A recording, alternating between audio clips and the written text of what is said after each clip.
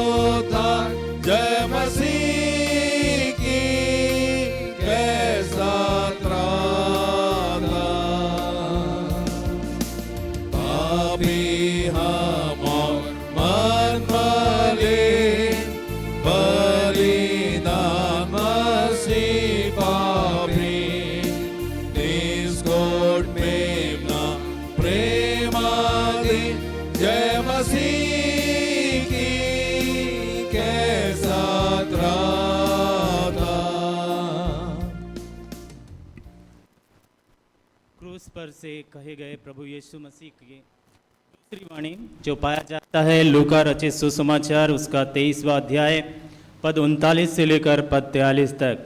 The gospel according to Luke chapter 23 verses from 39 to 43। जो कुकर्मी वहाँ लटकाए गए थे उनमें से एक ने उसकी निंदा करके कहा, क्या तू मसीह नहीं?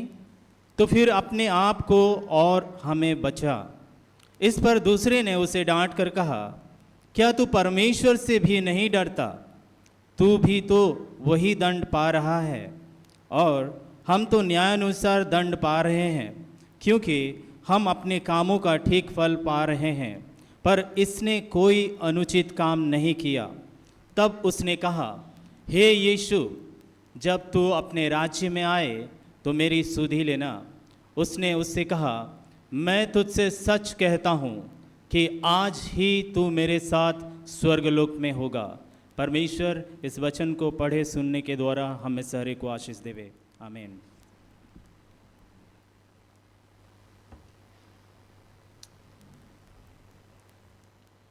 प्रभु यीशु मसीह के वचन की दूसरी वाणी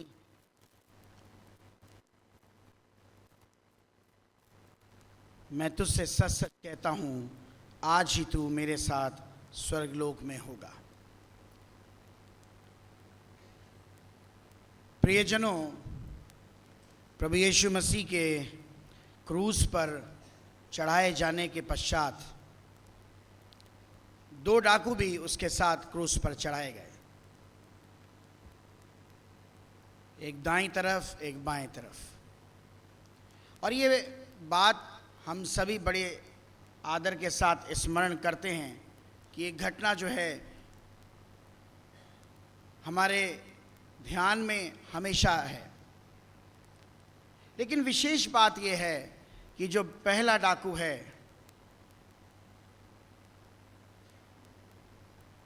वो परमेश्वर के पुत्र को एक अलग दृष्टि से देखता है। वो परमेश्वर के उस पश्चाताप को स्मरण करना नहीं जानता था। वो जो जीवन की सजा पा रहा था वो उसे मालूम थी, लेकिन वो अपने गुनाहों को, अपने जीवन को देखने के बजाय वो एक संसारिक छुटकारे के लिए प्रभु यीशु मसीह की ओर देख रहा था। उसके जीवन में पश्चाताप का हृदय नहीं था, उसके जीवन में प्रभु के प्रति समर्पण नहीं था, और ऐसे हृदय से वो प्रभु को देख रहा था कि ये तो बहुत शक्तिशाली है, इसने तो बहुत बड़े बड़े काम किए हैं, तो ये हमें बचाए और अपने आप को भी बचा लेगा।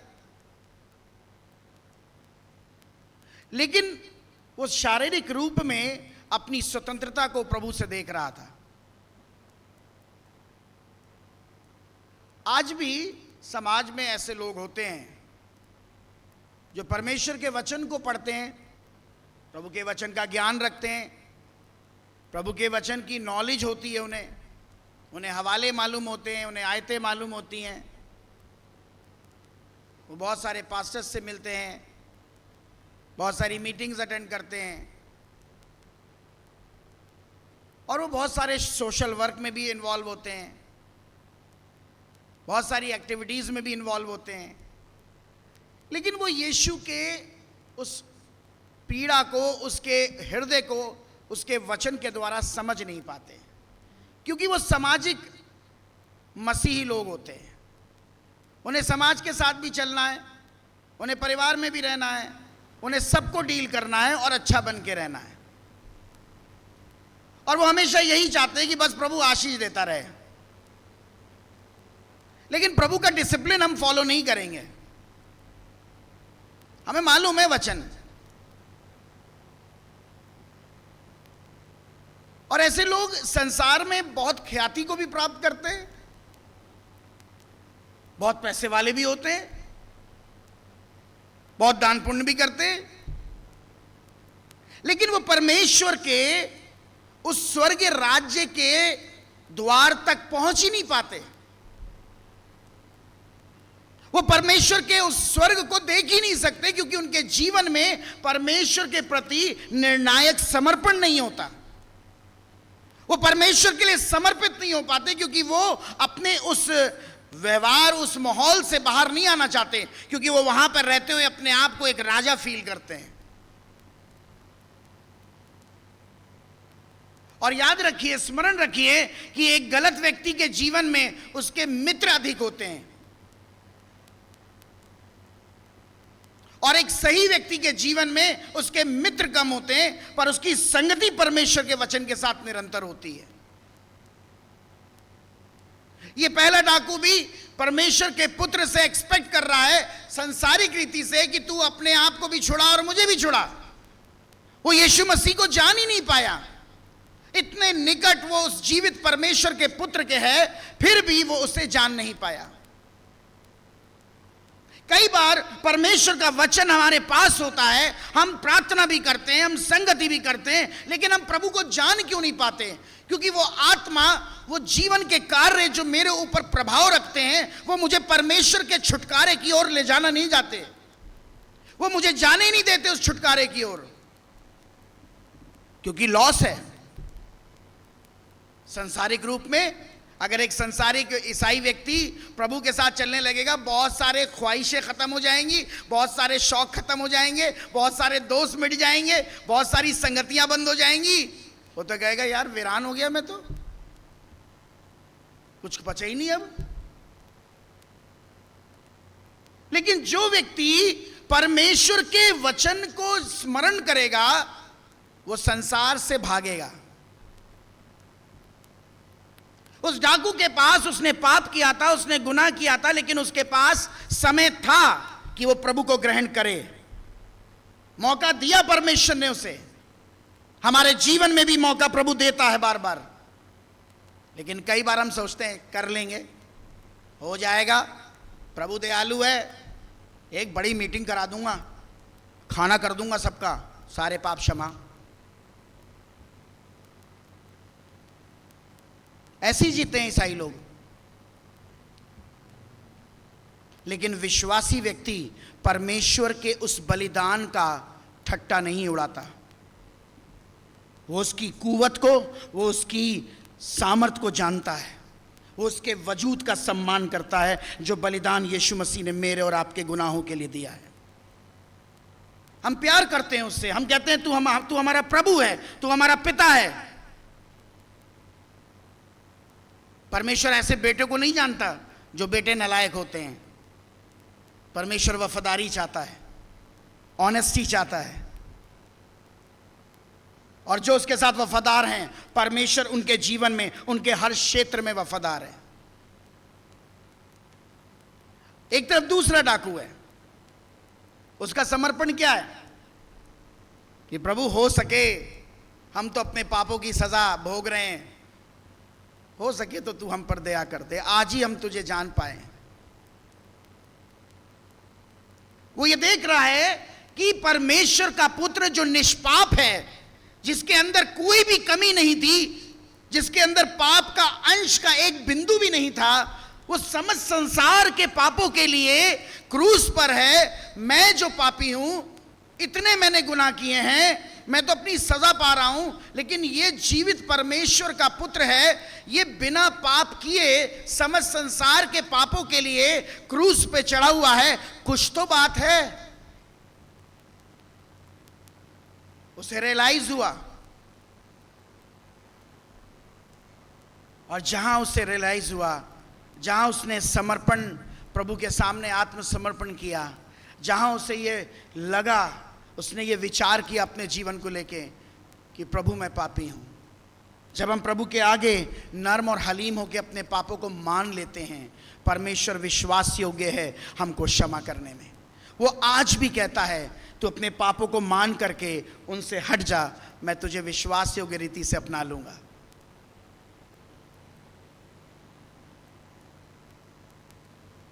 और परमेश्वर ने के पुत्र ने उस पीड़ा में रहते हुए उसे एश्योरेंस दिया, आज ही तू मेरे साथ कहां होगा।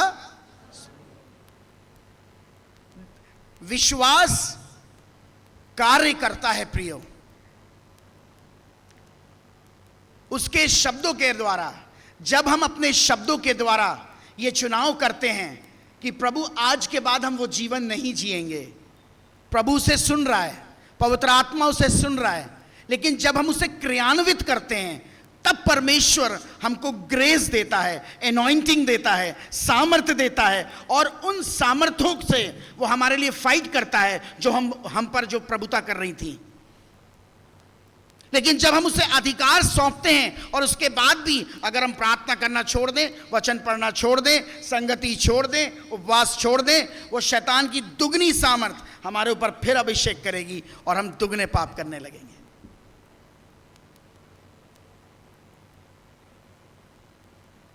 जब मैं क्रॉस के बारे में सोचता हूं तो मैं पवित्र आत्मा से एक दिन स्मरण करके पूछ रहा था, कितनी क्रॉस थी पहाड़ी पर? जल्दी बताइए। हाँ, 3 थी। जोर से बोलिए, डरिए मत, 3 ही है। कितनी थी? 3 थी। कौन कौन सी? एक डाकू की, दूसरी यीशु मसीह की, और तीसरी ओके। कौन कौन क्रॉस पहन के आया है? जल्दी बताएं, कौन कौन क्रॉस पहन के आया? हाथ उठा लें जल्दी से। किस किस के घर में क्रॉस है पहनने वाली? बस 2-3 के घर में। किसी ने क्रॉस लगा रखी है अपने घर पे? क्रॉस लगाते हैं ना हम घर पे। किसकी क्रॉस है? हाँ, जोर से। किसकी क्रॉस? यीशु मसीह की। बोलिए, अब डर क्यों रहे हैं? हाँ, किसकी क्रॉस है घर में? हाँ, यीशु मसीह की। जैसी क्रॉस वैसा जीवन।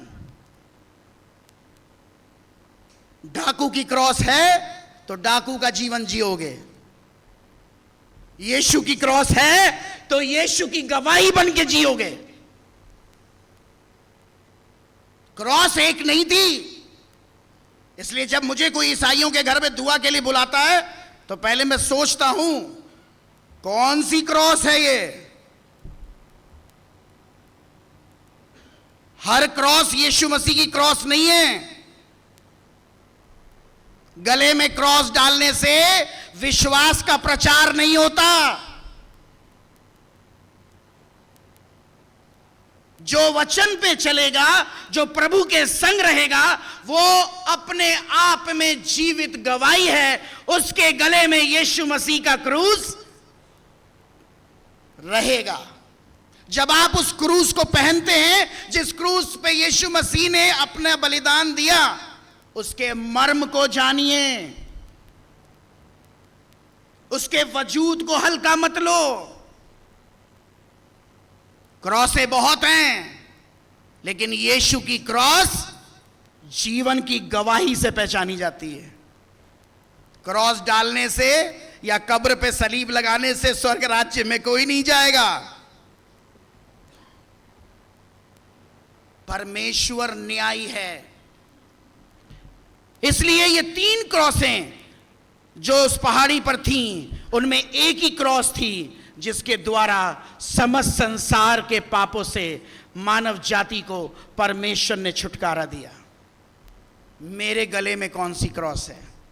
मेरे घर में कौन सी क्रॉस है? अगर मेरे घर में डाकू वाली क्रॉस है तो मैं उसका जीवन प्रदर्शित करूंगा। अगर मेरे घर में मसीह की क्रॉस है तो मसीह का जीवन मैं प्रदर्शित करूंगा। यह विचार हमें करना है। उस दूसरे डाकू ने इस बात का स्मरण कर लिया कि यह जीवित क्रॉस जिस पे यीशु मसीह लटका है, वो मेरे पापों के गुनाहों के लिए लटका है। उसने पश्चाताप किया, उसने समर्पण किया और वो प्रभु के साथ हो लिया। और उसे प्रभु ने उसी समय एश्योरेंस दिया, आज ही तू मेरे साथ। याद रखिए, एक पल ऐसा भी आएगा आने वाले समयों में कि लोगों के पास बपतिस्मा लेने का टाइम नहीं होगा। आने वाले समय में ऐसा समय भी आएगा, पवित्र आत्मा यह दर्शाता है, लोग मेंबरशिप नहीं ले पाएंगे। लेकिन जो यीशु मसीह के वचन पे विश्वास करके चलेगा, स्वर्ग उसका है।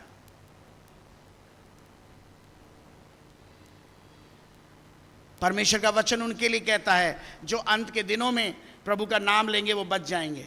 कौन? जिन्होंने वचन सुना और विश्वास किया और अपने जीवन को समर्पित कर दिया। परमेश्वर हमसे क्या चाहता है? हम कौन से मसीह हैं? क्या हमारे गले में डाकू की क्रॉस है, या हमारे गले में उस यीशु मसीह की क्रॉस है जिसके द्वारा हम उसके पुत्र और पुत्रियां कहलाते हैं? हमने अपना अधिकार किसको दिया है? हम कौन सी क्रॉस पहनते हैं? इस बात का स्मरण आप ज़रूर रखें कि प्रभु उस क्रूस की ओर हमें ले जाता है जिसके द्वारा हमारे पापों से हमें क्षमा मिली है। उसने हमें नया जीवन दिया है। उसने हमें आत्मिकता का जीवन जीने के लिए कहा है, ताकि वो सारी आशीषें जो उसके बलिदान से पूरी होती हैं, मेरे बच्चों में, मेरे परिवार में पूरी हो पाए। आइए हम अपनी आंखों को बंद करें। परमेश्वर, हम धन्यवाद देते हैं इस दूसरी वाणी के लिए। प्रभु, हमारा चुनाव आपके प्रति समर्पण का हो। प्रभु, हम अपने जीवन को आपकी ओर दे सकें। पिता, हम उस डाकू के समान नहीं कि हम आलोचनात्मक बने, बल्कि उस व्यक्ति के समान जिसने ये रियलाइज़ किया, हाँ प्रभु मैं अब तक गलत था, हाँ प्रभु मैं आपसे दूर था, मैं आपसे दूर थी प्रभु, अब मैं आपके पास आना चाहता हूँ। प्रभु आपको ग्रहण करने के लिए तैयार है। आपका समर्पण, आपका कमिटमेंट उसके साथ सामर्थ्य रूप से प्रभावशाली होना चाहिए। प्रभु आप सबको आशीष दे। प्रभु यीशु मसीह के वसीले से मांगते हैं, आमीन। तीसरी वाणी जो पाई जाती है वो है यूहन्ना रचित सुसमाचार, उसका 19वां अध्याय 23 से लेकर 27 पद तक। पास्टर एस चंद्रशेखर वचन के पढ़े जाने में हमारी अगुवाई करेंगे। और इसके पहले हम इसी गीत 134 का 134 का चौथा और पांचवा पद खड़े होकर गाएंगे। हम सब खड़े हो जाएं, खड़े होकर चौथा और पांचवा पद गाएंगे, और उसके बाद वाणी के बाद हम आज के इस प्रकाशन में जाएंगे। 134 चौथा और पांचवा।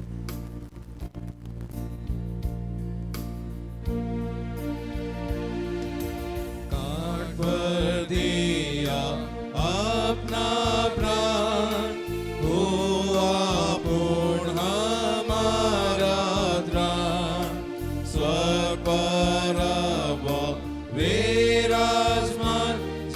मसीह की कैसा त्राता, अधिराज वो आवेगा, अपनों को सगलावेगा, तब देखिए गावेगा जय मसीह की कैसा त्राता। कलीसिया अपने स्थान को ग्रहण करें। क्रूस पर से कहे गए प्रभु यीशु मसीह की तीसरी वाणी यूहन्ना रचित सुसमाचार अध्याय 19 पद 23 से 27, gospel according to John chapter 19 verse 23 to 27। जब सैनिक यीशु को क्रूस पर चढ़ा चुके तो उसके कपड़े लेकर 4 भाग किए, हर सैनिक के लिए एक भाग, और कुर्ता भी लिया, परंतु कुर्ता बिना सियान ऊपर से नीचे तक बुना हुआ था। इसीलिए उन्होंने आपस में कहा, हम इसको ना फाड़े, परंतु इस पर चिट्ठी डालें कि यह किसका होगा। यह इसलिए हुआ कि पवित्र शास्त्र में जो कहा गया वह पूरा हो। उन्होंने मेरे कपड़े आपस में बांट लिए और मेरे वस्त्र पर चिट्ठी डाली। अतः सैनिकों ने ऐसा ही किया। यीशु के क्रूस के पास उसकी माता और उसकी माता की बहन क्लोपास की पत्नी मरियम और मरियम मगदलिनी खड़ी थी। जब यीशु ने अपनी माता और उस चेले को जिससे वह प्रेम रखता था पास खड़े देखा तो अपनी माता से कहा, हे नारी, देख यह तेरा पुत्र है। तब उसने चेले से कहा, यह तेरी माता है, और उसी समय से वह चेला उसे अपने घर ले गया। परमेश्वर अपने वचन के पढ़े और सुने जाने पर हम सबों को आशीष दे। आमीन। प्रभु के इस तीसरी वाणी की ओर हम देखने जा रहे हैं। प्रभु का वचन कहता है कि यीशु मसीह ने उस क्रूस पर से अपनी तीसरी वाणी को कहा कि हे नारी, देख ये तेरा पुत्र है। तब उस चेले से कहा, ये तेरी माता है। प्रियजनों, यीशु मसीह मानवीय रूप में इस संसार में आए और संसार में मानवीय रूप में आने के द्वारा वो हर उस मानवीय पीड़ा को जानता था, हर एक उस फीलिंग को वो जानता था जो मनुष्य के अंदर होती है। प्रभु यीशु मसीह ने अपने जीवन में, अपनी सेविकाई में, 3.5 वर्ष की सेविकाई में भी और अपने पूरे जीवन काल में कोई ऐसा बिंदु नहीं छोड़ा कि कोई उस पर प्रश्न चिन्ह लगाए। वो एक परफेक्ट परमेश्वर का परफेक्ट बेटा, और उसकी जिम्मेदारी जो संसार में रहते हुए, चूंकि वो बड़ा बेटा था, यीशु मसीह के और भी भाई बहन थे, और भी भाई थे, लेकिन क्यों उसने जिम्मेदारी सौंपी? प्रभु के वचन में हम देखते हैं कि वहां पर 4 महिलाएं थीं जो यीशु मसीह की क्रूस के पास खड़ी थी। पहली यीशु की माता, और दूसरी यीशु की माता की बहन, और तीसरी क्लोपास की पत्नी मरियम, और चौथी मरियम मगदलीनी। ये चारों महिलाएं वहां पर यीशु मसीह की क्रूस के पास खड़ी हैं, और ये जो चेला है यूहन्ना, ये यीशु मसीह का सबसे प्रिय चेला है।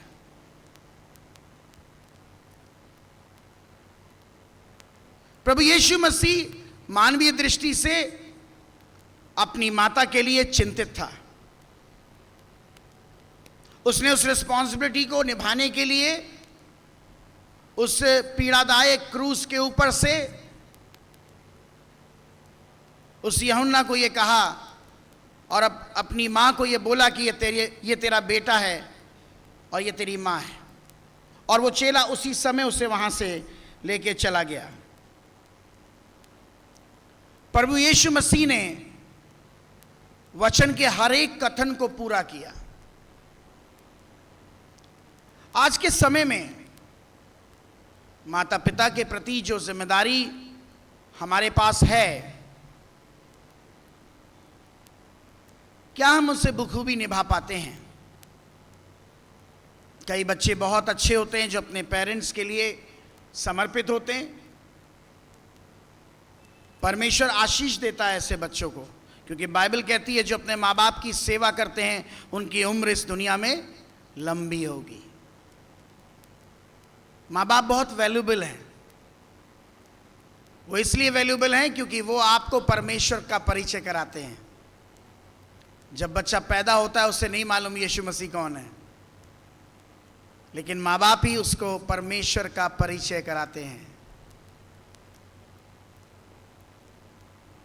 और प्रभु यीशु मसीह उस आदर को अपने जीवन से प्रदर्शित करता है कि उसने अपनी माँ की जो जिम्मेदारी है, यद्यपि उसके और भाई थे, लेकिन ये उसका दायित्व था कि मैं अपनी माँ की जिम्मेदारी एक विश्वास योग्य सेवक को सौंपूं।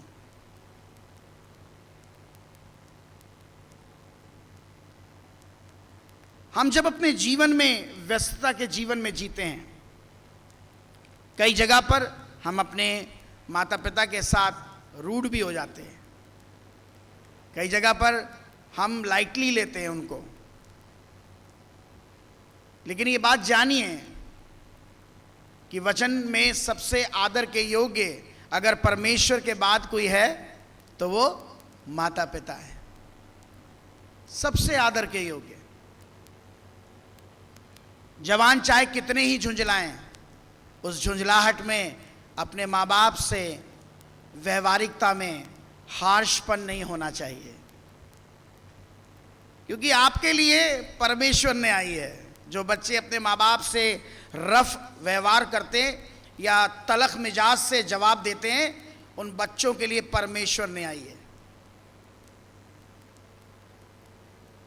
माँ बाप बुजुर्ग हो जाते हैं ना, वो बार बार समझाते हैं, बार बार बताते हैं, हम कहते हैं हम बहुत समझदार हैं,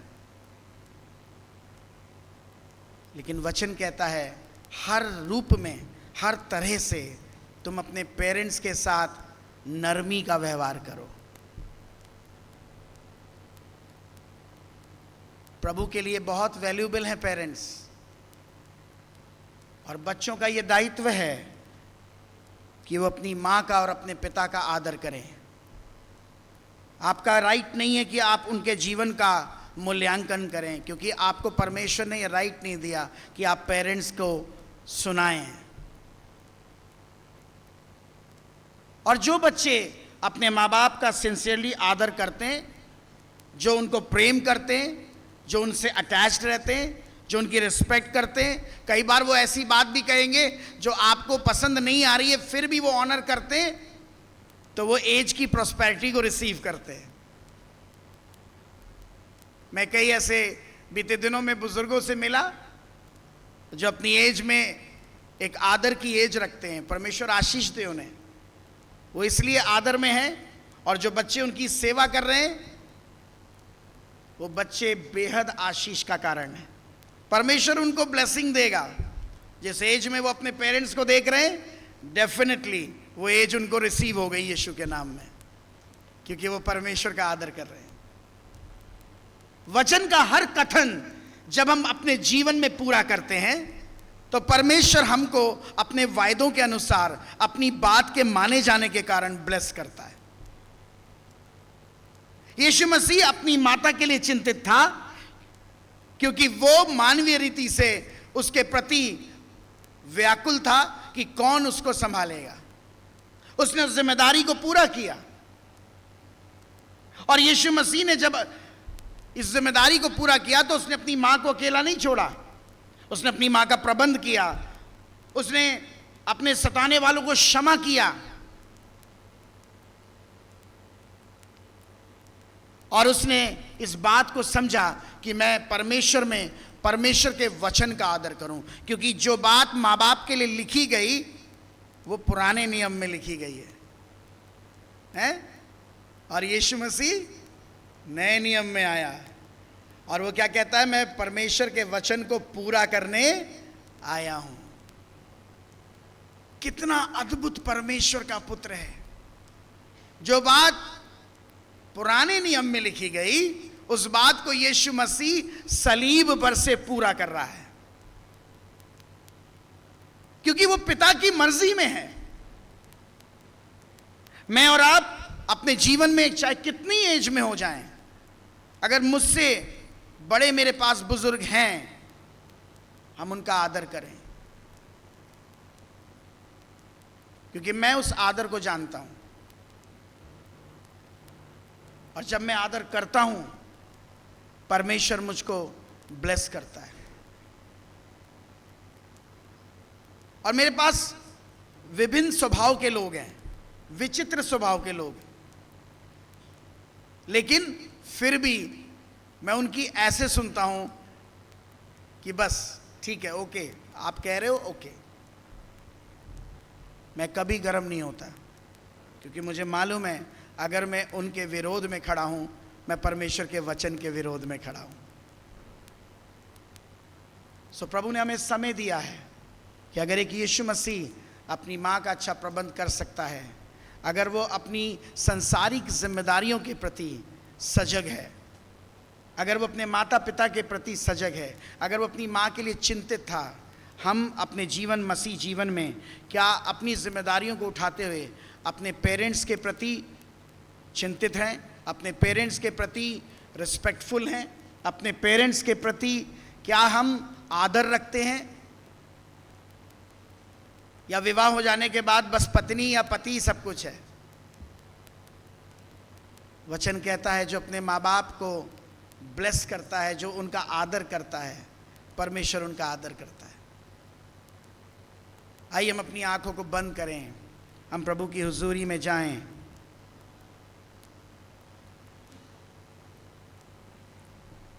परमेश्वर ने अपने हर उस काम को, हर उस बात को पूरा किया जो वचन में लिखा था। वो व्यवस्था को खत्म करने नहीं आया, पर उसने व्यवस्था को पूरा किया।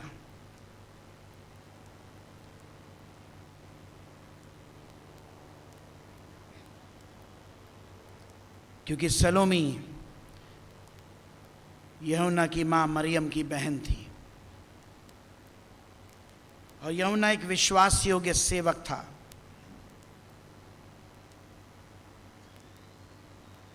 परमेश्वर के पुत्र का अपने माँ के प्रति चिंतित होना इस बात को दर्शाता है कि उसने संसार में रहते हुए संसार की उन जिम्मेदारियों को भी परमेश्वर के वचन के द्वारा पूरा किया।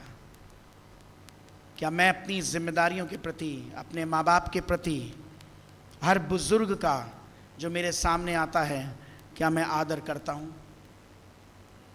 आज समय बहुत अलग है, लोग बुजुर्गों को देख के सलाम दुआ भी भूल जाते हैं।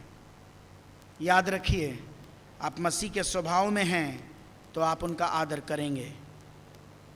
वो स्वभाव मेरे अंदर होगा तो मैं यीशु मसीह की इस क्रूसीय वाणी को स्मरण रखूँगा कि जब उसने अपनी क्रूस से कहा, हे नारी देख ये तेरा पुत्र है, और उस चेले से कहा ये तेरी माता है। परमेश्वर हम में से हर एक को ब्लेस करे, हम उसके व्यक्तित्व को अपने जीवन में पहने, हम उसके जीवन को लेके चलें। परमेश्वर हमको ब्लेस करे। सारा आदर प्रभु हम आपको देते हैं पिता। प्रभु यीशु मसीह आपके नाम में होके प्रार्थना मांगते हैं, आमीन।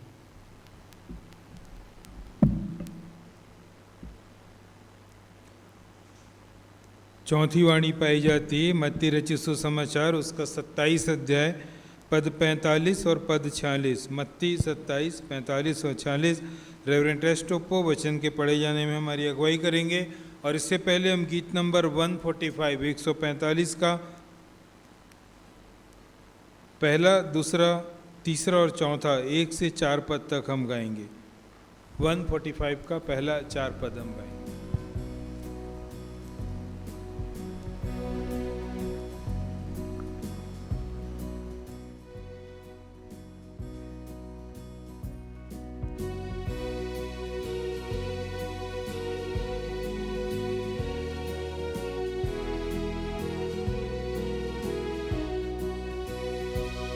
यीशु की मुसीबत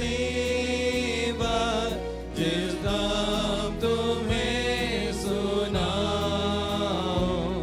यीशु की मुसीबत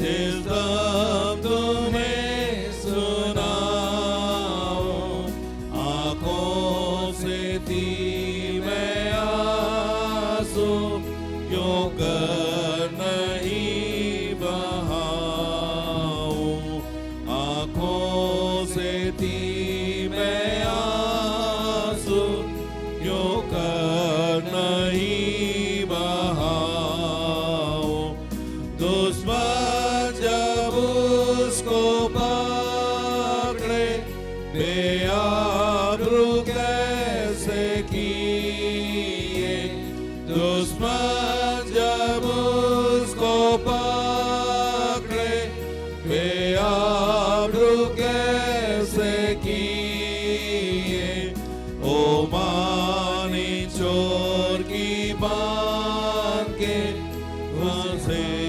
जमीन लिए, ओ मानी चोर की बांध के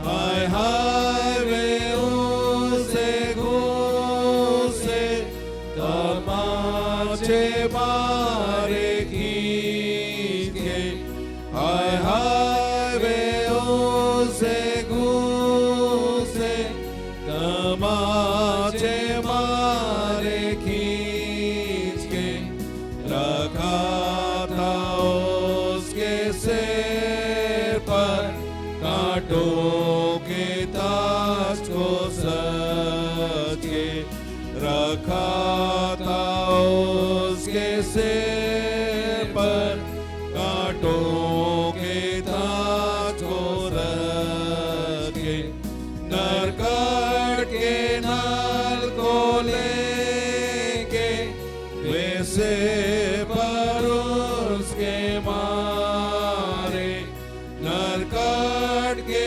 नाल को लेके वे सिर पर उसके मारे, हाय हालत उसकी देख जो खुदा के थे दुलारे, हाय हालत उसकी देख जो खुदा के थे दुलारे। क्रूस पर कहे गए चौथी वाणी मत्ती रचे सुसमाचार उसका 27वां अध्याय 45 और 46। दोपहर से लेकर तीसरे पहर तक उस सारे देश में अंधेरा छाया रहा और तीसरे पहर के निकट यीशु ने बड़े शब्द से पुकार कर कहा, एली एली लमा सबक्तनी, अर्थात हे मेरे परमेश्वर तूने मुझे क्यों छोड़ दिया। आमीन।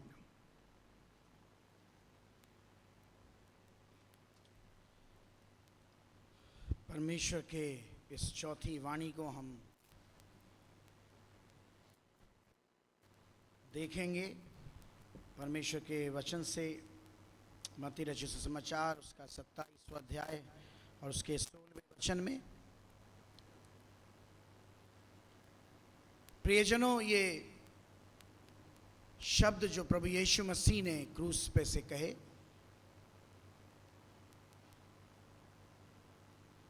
अत्यंत पीड़ा के पश्चात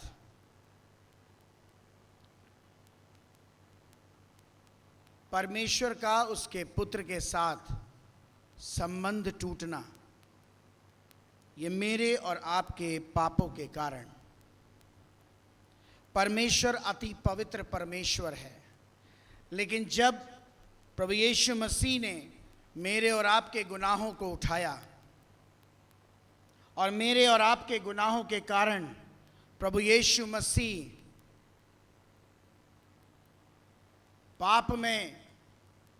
पाप को लेकर सूली पर चढ़ा, तो परमेश्वर का स्वभाव है कि वो पवित्र है।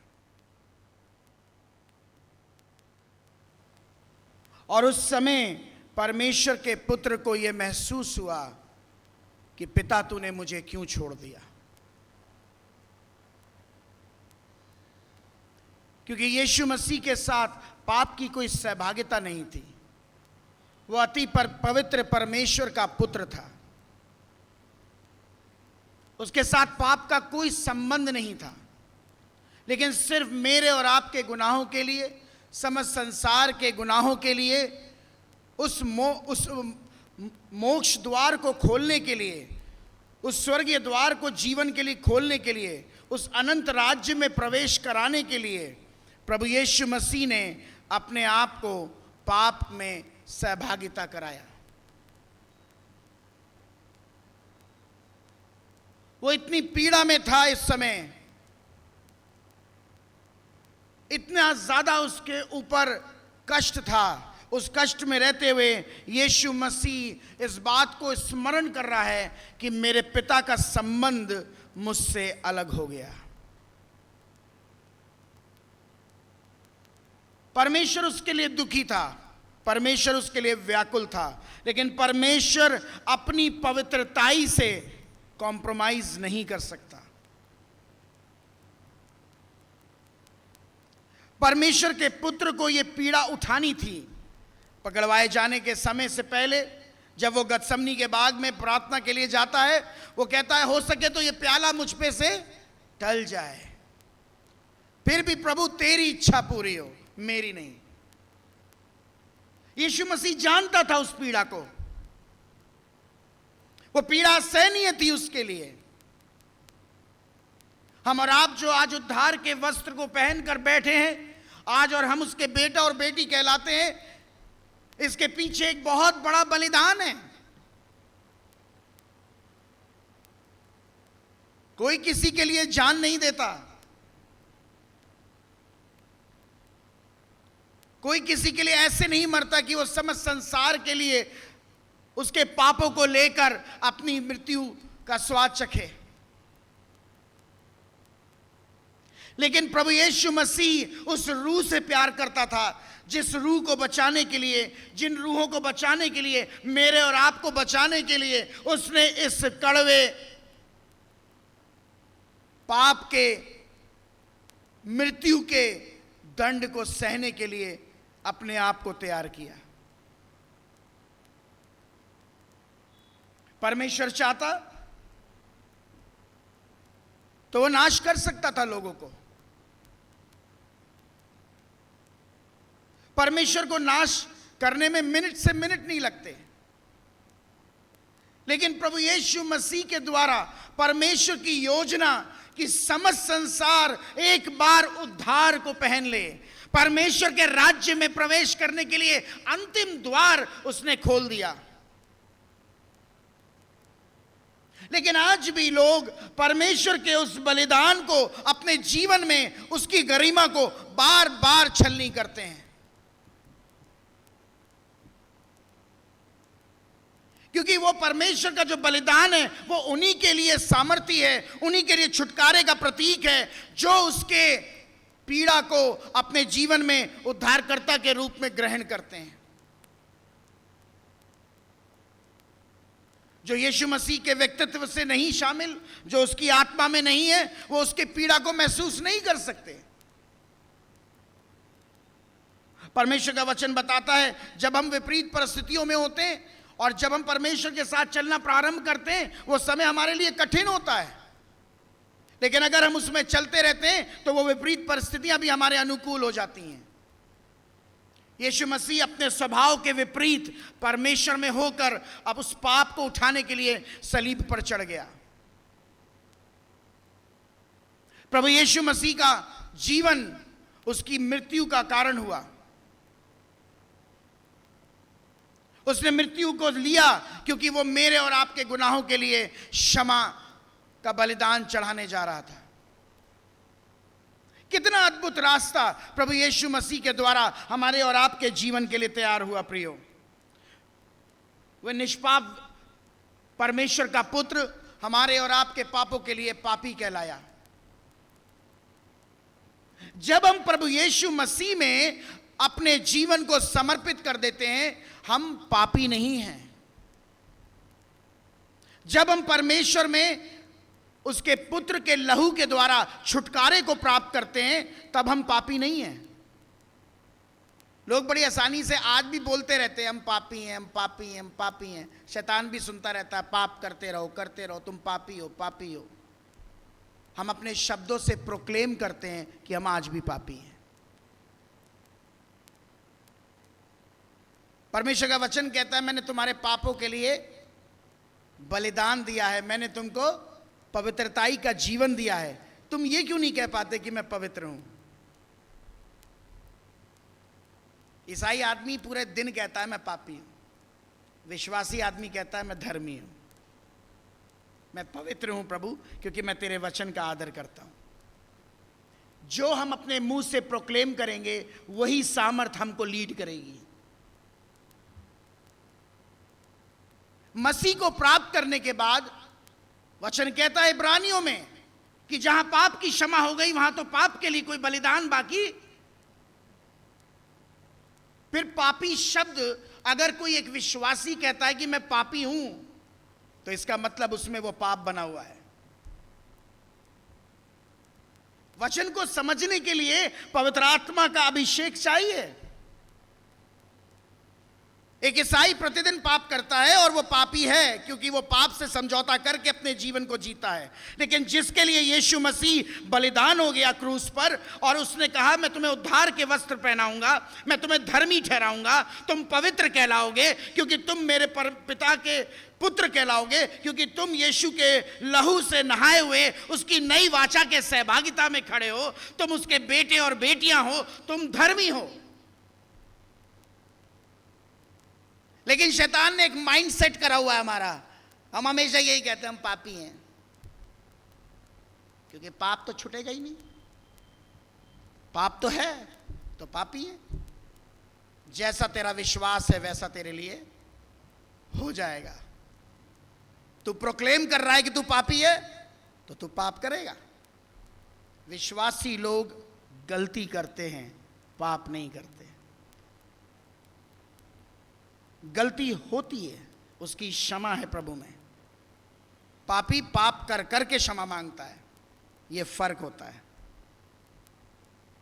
यीशु मसीह मेरे और आपके गुनाहों के लिए सूली पर चढ़ गया और इस वाणी के द्वारा उसने कहा, उस पाप का भार इतना बड़ा था कि पिता उससे जुदा हो गया, और उस जुदाई के कारण वो कहता है मेरे पिता तूने मुझे क्यों छोड़ दिया। और परमेश्वर ने अपनी मृत्यु के द्वारा मेरे और आपके लिए जयवंत जीवन रख दिया, और उसने कहा अब से तुम मुझ में धर्मी कहलाओगे, पवित्र बनो क्योंकि मैं पवित्र हूं। तो हम ये अपने मुंह से अगर प्रोक्लेम नहीं करते हैं कि हम परमेश्वर की पवित्रता में बुलाए गए हैं, हम पवित्र हैं प्रभु, हम आपकी हुजूरी में चलेंगे प्रभु, आपके लहू के द्वारा हमारे पापों से हमें छुटकारा मिला है, जब तक हम इन बातों की घोषणा अपने जीवन पर नहीं करेंगे, पाप हमसे जुदा नहीं होगा। लेकिन जो प्रभु के वचन में बने हैं, जो उसकी संगति में बने हैं, जो इन्होंने ये निर्णय ले लिया कि प्रभु हम धार्मिकता की संतान कहलाएंगे, परमेश्वर उनके साथ खड़ा है। प्रभु उन्हें प्यार करता है, प्रभु उनके बच्चों की सुधि रखेगा, प्रभु उनके घर की सुधि रखेगा, प्रभु उनके विश्वास को बढ़ाएगा। हम परमेश्वर के उस लहू के द्वारा धर्मी कहलाएंगे, क्योंकि पिता के पुत्र ने हमारे पापों के लिए अपनी जान दी, और उसने कहा उस पाप के कारण कि हे पिता तूने मुझे क्यों छोड़ दिया। यीशु मसीह बहुत पीड़ाओं से निकला प्रियो, किस लिए? ताकि आप और मैं आज उसकी धार्मिकता को पहनकर उसके साथ एक विरासत का जीवन जिएं। प्रभु हमसे प्यार करता है। हम अपनी आंखों को बंद करें, हम इस बात को स्मरण करें कि प्रभु ने हमारे पापों के लिए उस क्रूस से बलिदान को सहा, उस पीड़ा को उठाया जिस पीड़ा में उसके पिता से उसका संबंध टूट गया। परमेश्वर के वचन में इतनी पीड़ा का समय यीशु मसीह के लिए बहुत पीड़ादायक था, लेकिन वो खुद उस पीड़ा को उठाते हुए हमारे लिए और आपके लिए उद्धार का मार्ग प्रशस्त कर गया। वो आज भी मेरे और आपकी ओर देखता है कि मैं यीशु मसीह से जुदा तो नहीं हूँ। वो आज भी इस बात से दुखी होता है जब हम उसका साथ छोड़ते हैं, जब हम उससे अलग होते हैं। उसको सबसे ज़्यादा तकलीफ़ होती है क्योंकि उसके लहू का बलिदान हमारे जीवन के लिए किया गया। हम इस बात को स्मरण रखें, हम अपने जीवन में एक भी पल ऐसा ना होने दें जब शैतान हमारे जीवन पर अधिकार करे। हम ये ना कह पाएं कि प्रभु तूने मुझे छोड़ दिया, बल्कि हम ये कह सकें कि प्रभु तू मेरे साथ प्रतिदिन रहता है। प्रियजनों, वो आज भी आपको प्यार करता है, वो आज भी आपके लिए समर्पित है। क्या हम उसके साथ खड़े हैं? क्या वो ये कह सकता है? क्या हम ये कह सकते हैं, हाँ प्रभु मैं तेरे साथ खड़ा हूँ, मैंने तुझे नहीं छोड़ा। मेरे पापों के कारण तेरा अलगाव पिता से हो गया, तूने मेरे लिए बहुत दुख उठाए प्रभु, मैं तुझे नहीं छोड़ूंगा, मैं तुझे नहीं छोड़ूंगी, मैं तुझ में जीऊँगा, मैं तुझ में बना रहूँगा। परमेश्वर अपने वचन के द्वारा हम सबको आशीष दे। आमीन। पांचवी वाणी पाई जाती है यूहन्ना रचित सुसमाचार उसका 19वां अध्याय 28 पद। यूहन्ना 19:28। रेवरेंड सलीम खल को वचन के पढ़े जाने में हमारी अगुवाई करेंगे। वचन के पढ़े जाने से पहले वचन की तैयारी के लिए 145 का 5, 6 और 7 पद हम गाएंगे। इन 3 पदों को 5वां, 6वां, 7वां पद हम गाएंगे।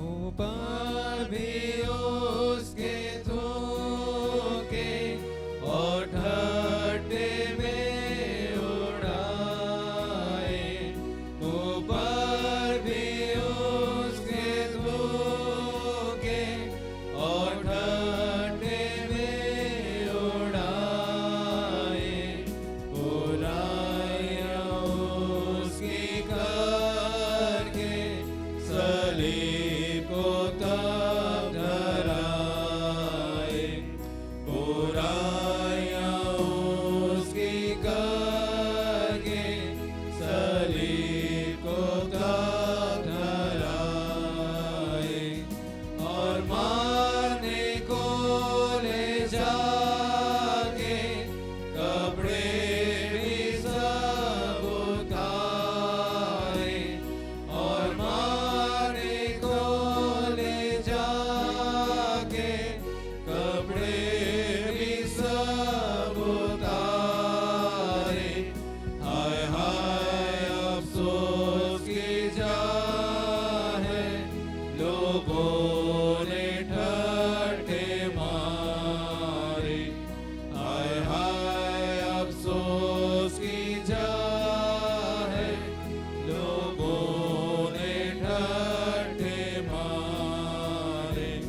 लोहे की मेखे ठोके हाथों को उसके जोड़े, लोहे की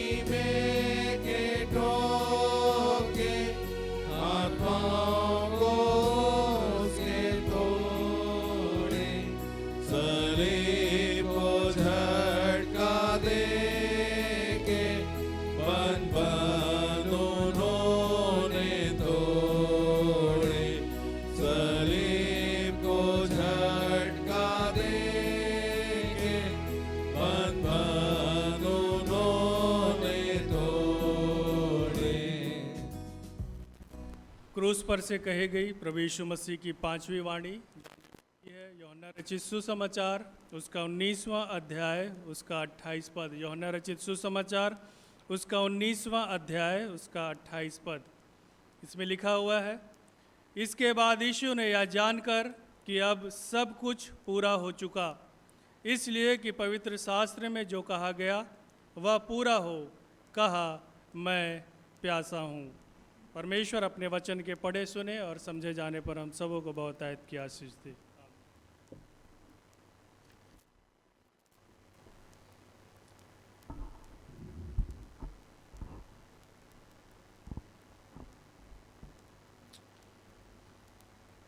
मैं प्यासा हूँ। यूहन्ना रचित सुसमाचार उसका 19वां अध्याय और उसके 28वें वचन को। प्रियजनों, यूहन्ना रचित सुसमाचार अपने आप में कई जगह जल का वर्णन करता है। अगर आप इसके अध्याय को देखेंगे, दूसरे अध्याय में यीशु मसीह ने दाखरस बनाया जल से, और तीसरे अध्याय में हम देखते हैं कि यीशु की मुलाकात निकोदेमस से हुई और जो जल और आत्मा से नए सिरे से जन्म ना ले वह उसकी बात करता है। फिर चौथे अध्याय में यीशु सामरी स्त्री के पास आया, वहाँ उसने जल की बात की कि मैं तुझे जीवन का जल दूंगा। और 7वें अध्याय में यीशु ये आह्वान करता है लोगों से कि जो प्यासा हो वो मेरे पास आए, मैं उसे जीवन का जल दूंगा। और 9वें अध्याय में जन्म के अंधे को शीलो के कुंड में उसने वहां पे भी जल के बारे में काम किया। प्रभु यीशु मसीह जो जीवन का जल देने वाला परमेश्वर का पुत्र है, वो ये कथन कह रहा है कि मैं प्यासा हूं। तो क्या उसको पानी की प्यास थी? जो जीवित परमेश्वर का पुत्र है, जो सामर्थ रखता है, जिसने पानी के द्वारा अनेक चमत्कार दिखाए, वो कहता है कि मैं प्यासा हूं। मीका नबी की पुस्तक उसका 5वां अध्याय और उसके 2 पद को पढ़े मेहरबानी से। क्या लिखा है? जी।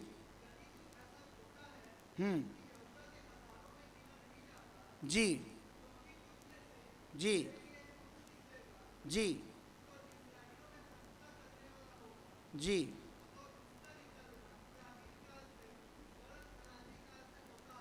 जी। परमेश्वर का धन्यवाद हो। परमेश्वर के वचन में यीशु मसीह के लिए सब कुछ पहले से लिख दिया गया। प्रियो, एक जगह और हम देखेंगे, यशायाह नबी की पुस्तक उसका 7वां अध्याय उसके 14 पद को पढ़ेंगे मेहरबानी से। यशायाह नबी की पुस्तक उसका 7वां अध्याय उसके 14 पद को। हाँ बेटे पढ़ो। इस कारण प्रभु आप ही तुमको एक चिन्ह देगा। सुनो, एक कुंवारी गर्भवती होगी और पुत्र जनेगी और उसका नाम इम्मानुएल रखेगी। परमेश्वर के वचन में हर जगह यीशु मसीह के बारे में पहले से घोषणा की गई, भविष्यवाणी की गई। प्रभु का वचन बताता है प्रियो, जो यीशु मसीह अनेक चिन्ह और चमत्कारों को करने वाला परमेश्वर का जीवित पुत्र है, वो अपनी क्रूसीय पीड़ा में ये कहता है कि मैं प्यासा हूं। प्रभु आज भी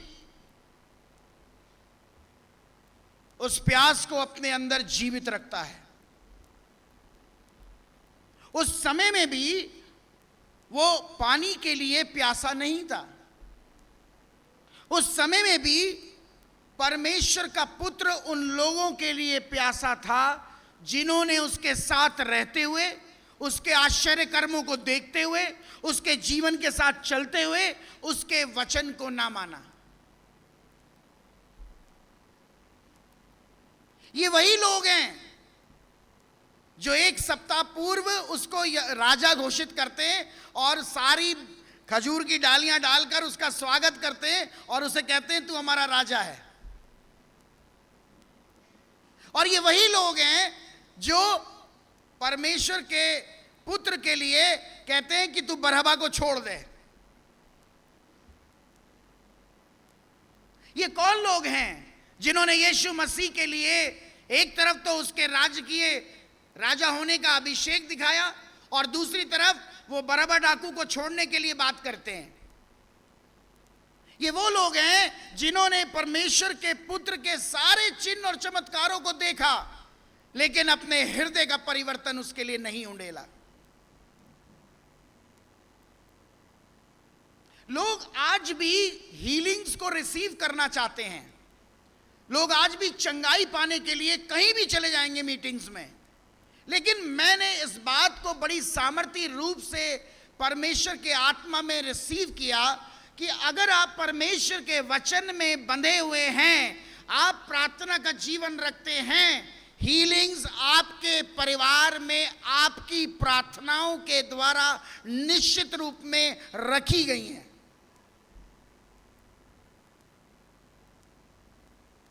लोग बहुत जगह प्रचार में जाते हैं कि वहां हीलिंग होती है जी, लेकिन लोग बाइबल नहीं पढ़ते।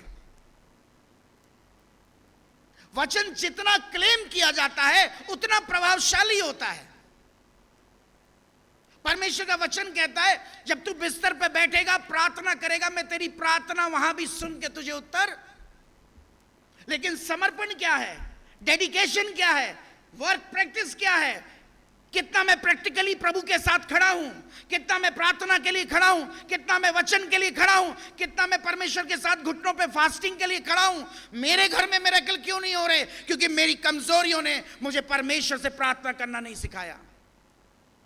मेरे हठीले स्वभाव के कारण मैं दुर्बल हूं, मेरे हठीले स्वभाव के कारण मेरे परिवार में आशीषें रोकी हुई हैं। मैंने अपने स्वभाव के कारण उन बहुत सी ब्लेसिंग्स को रोक रखा है जिनको परमेश्वर मुझे यूं ही देना चाहता है।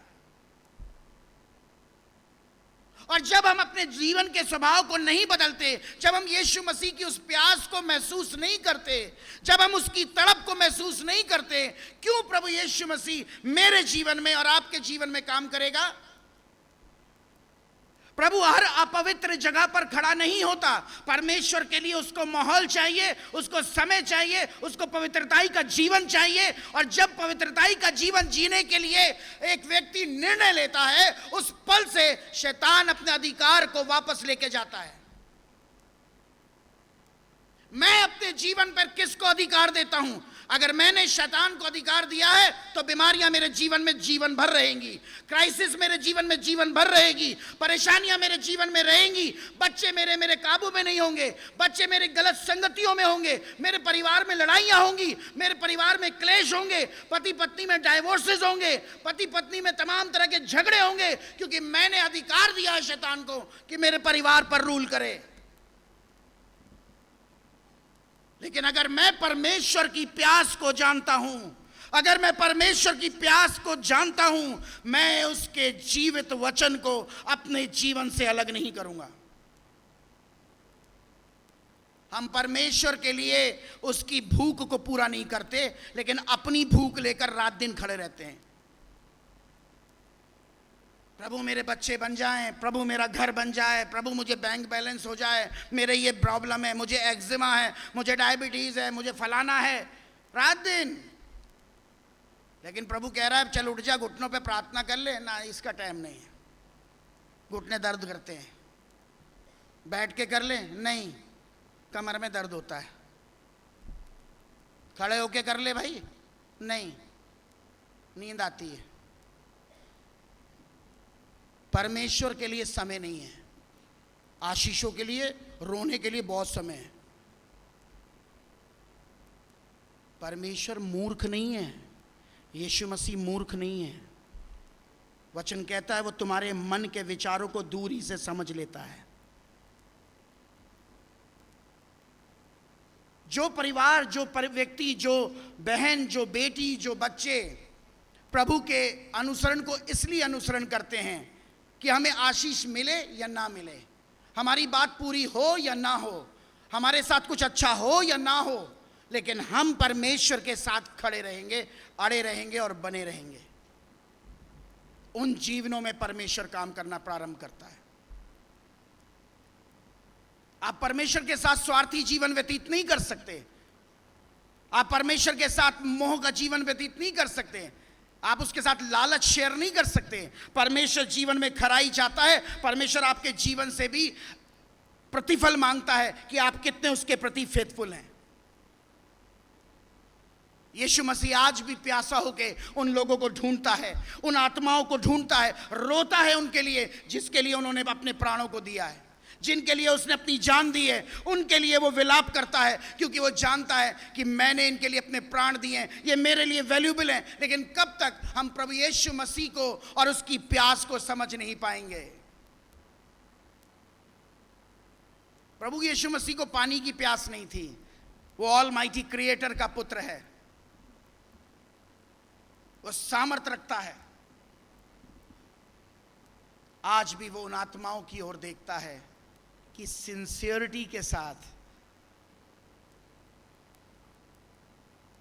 वायदों के साथ, समर्पण के साथ कौन मेरी ओर आ रहा है, किसने मुझे ग्रहण करने के लिए, किसने मेरे साथ चलने के लिए आज निर्णय किया है।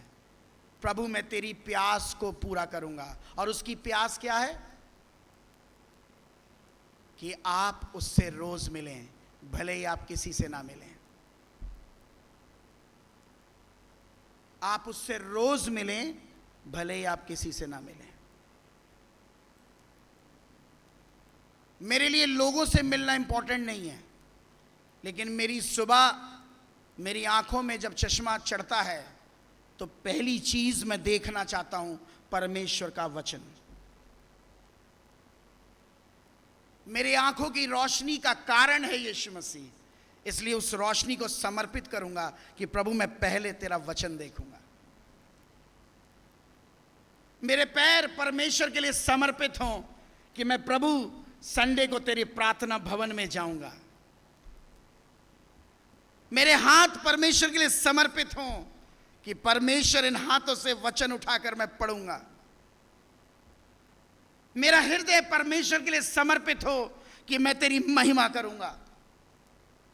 तब हम उसकी प्यास को अपने जीवन में पूरा करते हैं। जब आप यीशु मसीह की इच्छा पूरी करेंगे, आपको अपनी इच्छाओं के लिए मांगने की जरूरत नहीं। वो कहता है आकाश के पक्षियों को देखो, वो ना बोते हैं ना काटते हैं, मैं उन्हें यूं ही सब कुछ दे देता हूं। तो क्या तुम्हारा मोल उनसे बढ़कर नहीं? सो प्रेशियस, बहुत मूल्यवान है आपका जीवन प्रभु के लिए। प्रभु अपने बेटा और बेटी की तरह अपने सीने से लगाकर प्यार करता है।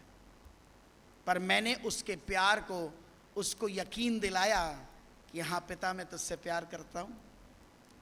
मेरा यकीन उसके प्रति वफादार होना चाहिए। अगर मैं अपनी वफादारी उसको दूंगा, अगर मैं उसकी प्यास को पूरा करता हूँ, मेरा घराना प्रभु तेरे चरणों में बैठेगा, मेरे बच्चे तेरे प्यासे रहेंगे, मेरा पति तेरा प्यासा होगा, मेरी पत्नी तेरी प्यासी होगी, मेरे घर में बाइबल खोली जाएगी, मेरे घर में वचन पढ़ा जाएगा, मेरे घर में प्रार्थना का समय होगा। निश्चय परमेश्वर आने वाले दिनों में आपको ब्लेस करेगा। जो आशीषें आप सोच भी नहीं सकते, पवित्र आत्मा मुझे आज सुबह भोर में वो आशीषें दिखा रहा था कि अद्भुत आशीषें इस चर्च को देगा। लेकिन सिंसियरिटी, प्रभु के साथ वफादारी हमको दिखानी होगी। हम उसकी प्यास कैसे पूरी कर रहे हैं? हम अपने जीवन से, अपनी बातों से, अपनी जिंदगी की रोज सुबह से हम क्या उसकी प्यास को पूरा करते हैं?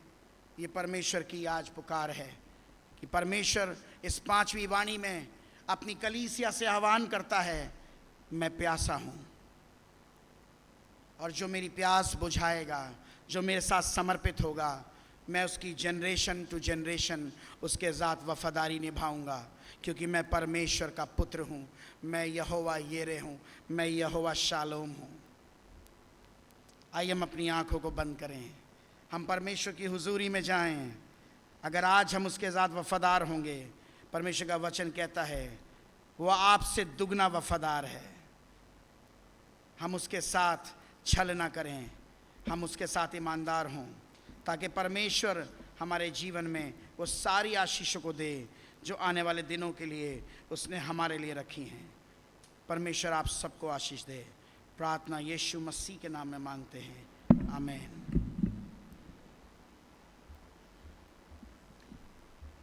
छठवीं वाणी पाई जाती है यूहन्ना रचित सुसमाचार उसका 19वां अध्याय 29 और 30 पद। यूहन्ना उसका 19, 29 और 30। पास्टर राजन साहू वचन के पढ़े जाने में हमारी अगुवाई करेंगे। वचन के पढ़े जाने से पहले गीत नंबर 145 का अंतिम 3 पद 8, 9 और 10 हम खड़े होकर गाएंगे। हम सब खड़े हो जाएं। खड़े होकर इस 3 पदों को 8, 9 और 10 को हम गाएंगे और उसके बाद यूहन्ना 19, 29, 30 को पास्टर राजेश साहू पढ़ने में अगुवाई करेंगे।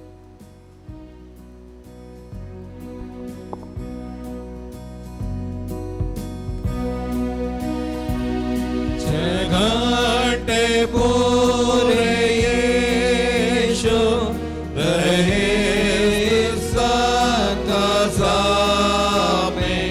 6 घंटे पूरे यीशु रहे सदा में। तमर के कामिल किया सब कुछ नज़ा के बापे।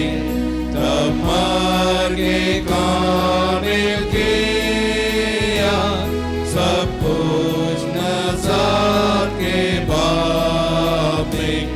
हाय हाय ये क्या अजीब है, गुनाह तो था हमारा। हाय हाय ये क्या अजीब है, गुनाह तो था हमारा। पर मारा गया यीशु खुदा का बेटा प्यारा। पर मारा गया यीशु खुदा का बेटा प्यारा। ईमान उस बतावे सब लोग जो सुनने वाले। ईमान उस बतावे सब लोग जो सुनने वाले। मैं वो शाफी जान के भरोसा उस पर डाले। मैं वो शाफी जान के भरोसा उस पर डाले। कलीसिया कृपया अपना स्थान ग्रहण करें। क्रूस पर से कहे गए प्रभु यीशु मसीह की 6वीं वाणी जो पाया जाता है यूहन्ना रचित सुसमाचार उसका 19वां अध्याय पद 29 से लेकर 30 तक। The gospel according to John chapter 19 verses from 29 to 30। वहाँ सिरके से भरा हुआ एक बर्तन रखा था, अतः उन्होंने सिरके में भिगोए हुए स्पंज को जूफे पर रखकर उसके मुंह से लगाया। जब यीशु ने वो सिरका लिया तो कहा, पूरा हुआ, और सिर झुकाकर प्राण त्याग दिए। परमेश्वर इन वचनों को पढ़ने के द्वारा, सुनने के द्वारा और समझने के द्वारा हमें से हर एक को आशीष देवे। आमीन।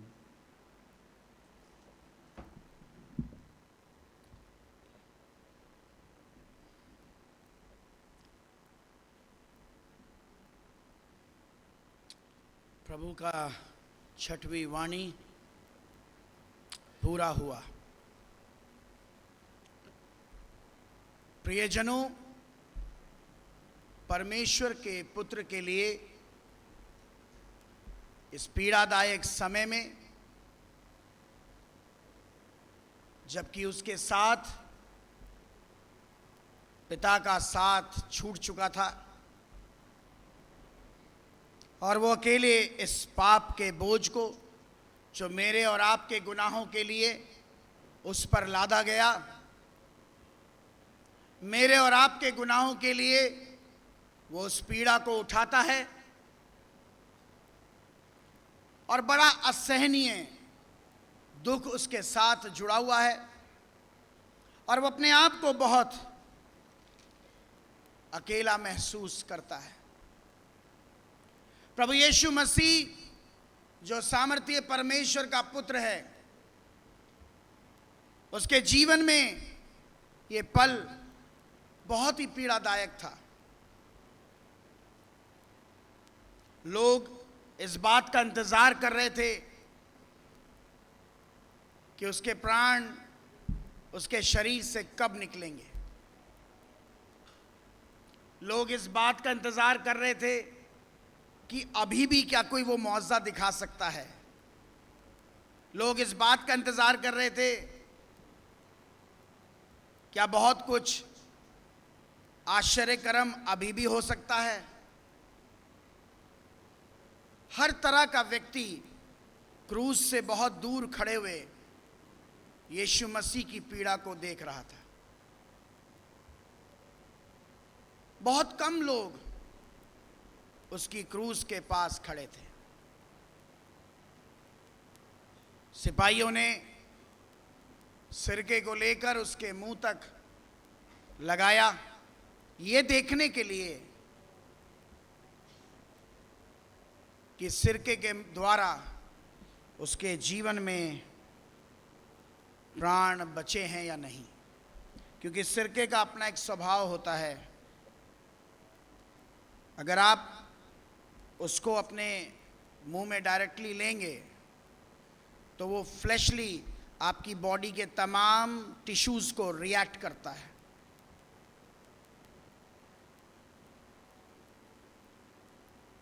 प्रभु यीशु मसीह जानते थे कि मेरा समय पूरा हो रहा है। वो बहुत दुख में और बहुत पीड़ा में था।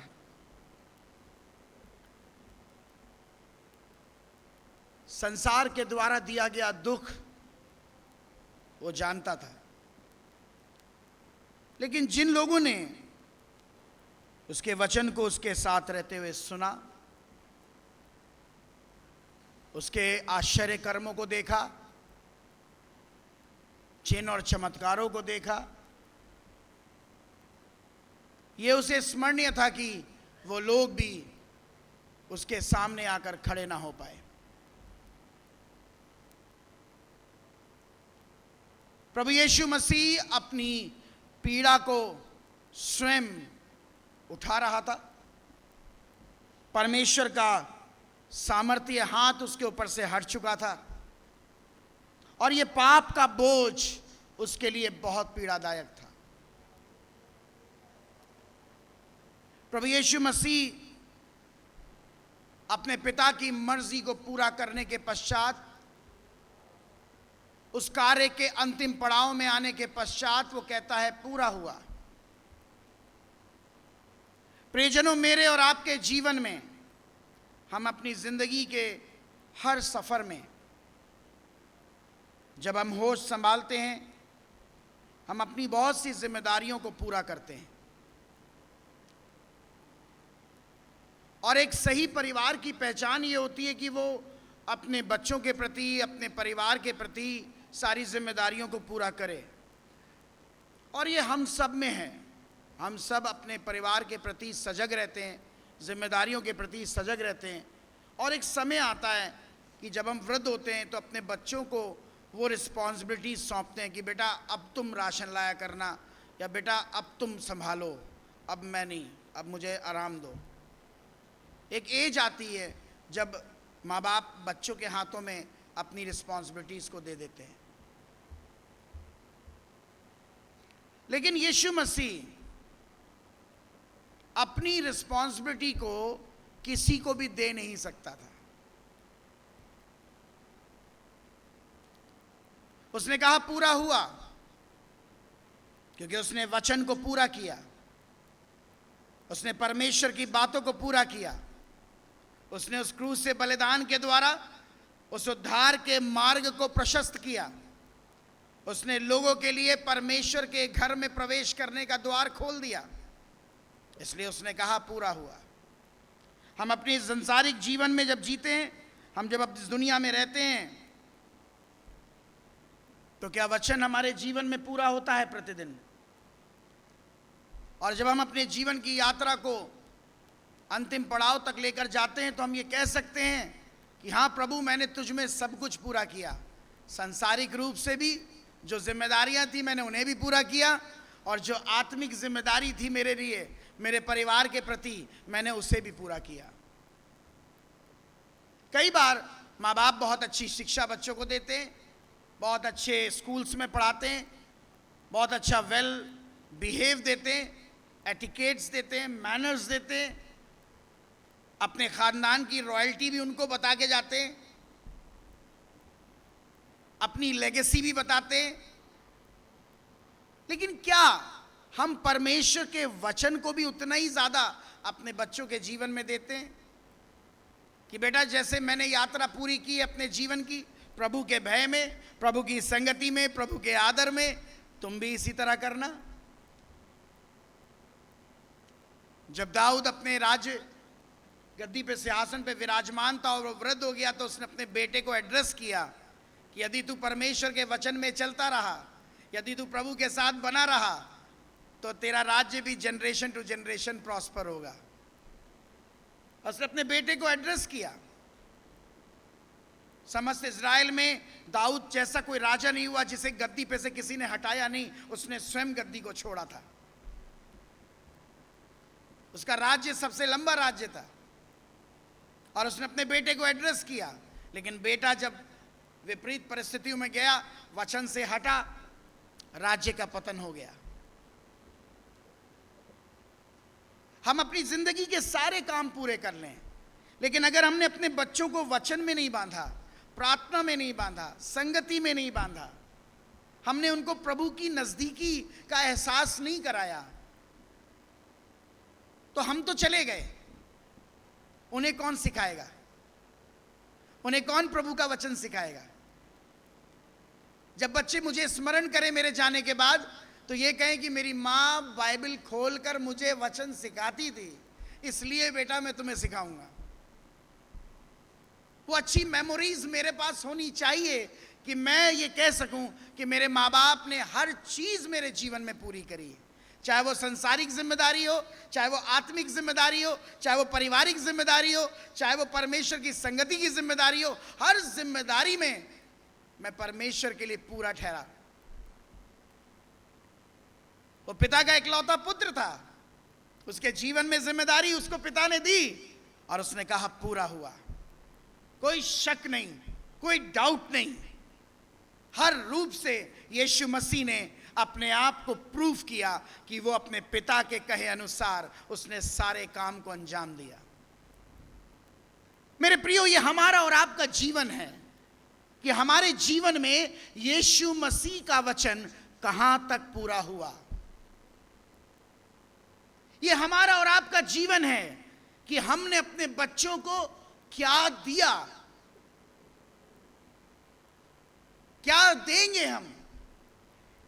हमारे जीवन में अगर प्रतिदिन परमेश्वर का वचन पूरा होता है, तो हमारा जीवन दुख का जीवन नहीं है।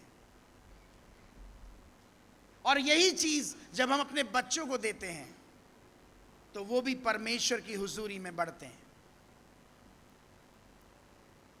लेकिन आपके जीवन में सब कुछ पूरा हो जाए और वचन का स्थान पूरा नहीं है, आप अधूरे हैं।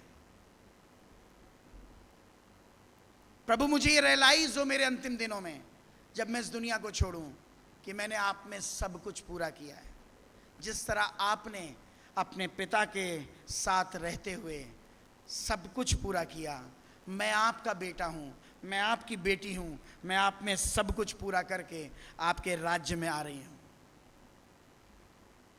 एश्योरेंस ऑफ हेवन, परमेश्वर हमें एश्योरेंस ऑफ हेवन देता है जब हम उसके साथ समर्पित होते हैं, परमेश्वर के वचन में हम देखते हैं यहोशू के जीवन में कि उसने अपने जीवन में परमेश्वर के वचन से ज़्यादा किसी बात को महत्व नहीं दिया, और प्रभु ने उसको यही सिखाया कि व्यवस्था की पुस्तक तेरे चित्त से अलग ना होने पाए, क्योंकि इसी में तू रात दिन ध्यान दिए रहना, तब तू सब कुछ कर सकेगा। प्रभु यीशु मसीह अपने पिता से अलग ना हुआ, उसने सारी सेविकाई करी, उसने सारा जीवन दिखाया, उसने मिरेकल्स किए, लेकिन उसका एक समय था जब वो अपने पिता से बात करने के लिए जाता था, क्योंकि उसको उसकी ज़रूरत थी, और अगर वो उसमें बना हुआ था वो सब कुछ पूरा कर पाया। अगर आप और मैं उसमें बने हैं, हम सब कुछ पूरा करेंगे यीशु के नाम में। हमारे लिए एक श्वेत वस्त्र रखा है, हमारे लिए एक श्वेत जीवन रखा है स्वर्ग में, जो हमारे लिए है, और वो प्रभु हमें देगा जब हम इस पृथ्वी पर रहते हुए उसके जीवन के हर एक कार्य को अपने जीवन से महिमान्वित करते हुए पूरा करेंगे। प्रिय अजीज़ों, आप परमेश्वर के लिए बहुत वैल्यूबल हैं, आप प्रभु के लिए बहुत अनमोल हैं, लेकिन आप तब अनमोल हैं जब आप प्रभु की मर्ज़ी को अपने जीवन से पूरा करेंगे। तब आप कह सकेंगे, मैं उस यीशु मसीह के साथ खड़ा हूँ जिसने अपने पिता की मर्ज़ी में कहा सब पूरा हुआ। आइए हम अपनी आँखों को बंद करें, हम प्रभु के सामने निष्पाप रहें, हम उसके जीवन की गवाही बने, हम अपने परमेश्वर की इच्छा को प्रतिदिन पूरा करें। वो संसार के उन लोगों के लिए दुखी था जो उसमें ये नहीं कह पाए कि हम तुझ में हैं। हम परमेश्वर में हैं, हम ये कह सकते हैं हम तुझ में सब कुछ पूरा करेंगे। प्रभु आपके साथ है, प्रभु आपको प्यार करता है, प्रभु आपसे चाहता है कि आप उसकी मर्ज़ी को अपने जीवन में पूरा करें, सिर्फ उसकी मर्ज़ी पूरी करें। आपकी मर्ज़ी में जो कुछ है वो सब कुछ पूरा कर देगा। जो इच्छा आपके मन में होगी वो यीशु अपने नाम से पूरा करेगा, क्योंकि आप उसकी इच्छा को पूरा करते हैं, और जो उसकी इच्छा को पूरा करता है परमेश्वर उसकी प्रार्थनाओं की ओर निरंतर अपने कानों को लगाए रखता है। प्रभु आपको इस वचन के अनुसार आशीष दे, प्रभु आपके साथ हो। प्रार्थना यीशु मसीह के नाम में मांगते हैं, आमीन। सातवीं वाणी जो पाई जाती है वह है लूका रचित सुसमाचार उसका 23 अध्याय 44 से लेकर 46 पद तक। रेवरेंड टेस्टोपो इसे पढ़े जाने में हमारी अगुवाई करेंगे। लूका 23 44 से 46। और वचन के पढ़े जाने से पहले गीत नंबर 120 को पूरा हम गाएंगे, 120 को पूरा हम गाएंगे।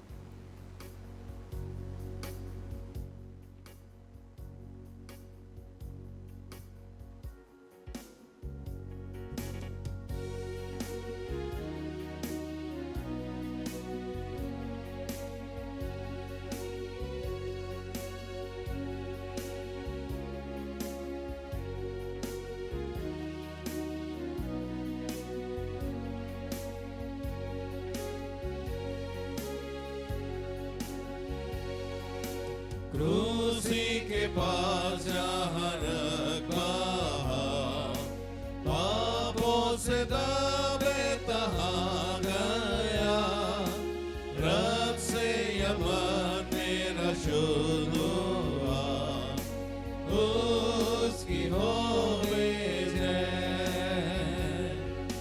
उसकी होवे जय,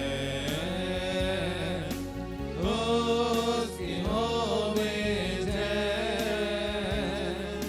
रक्त से यमन मेरा शुद्ध हुआ।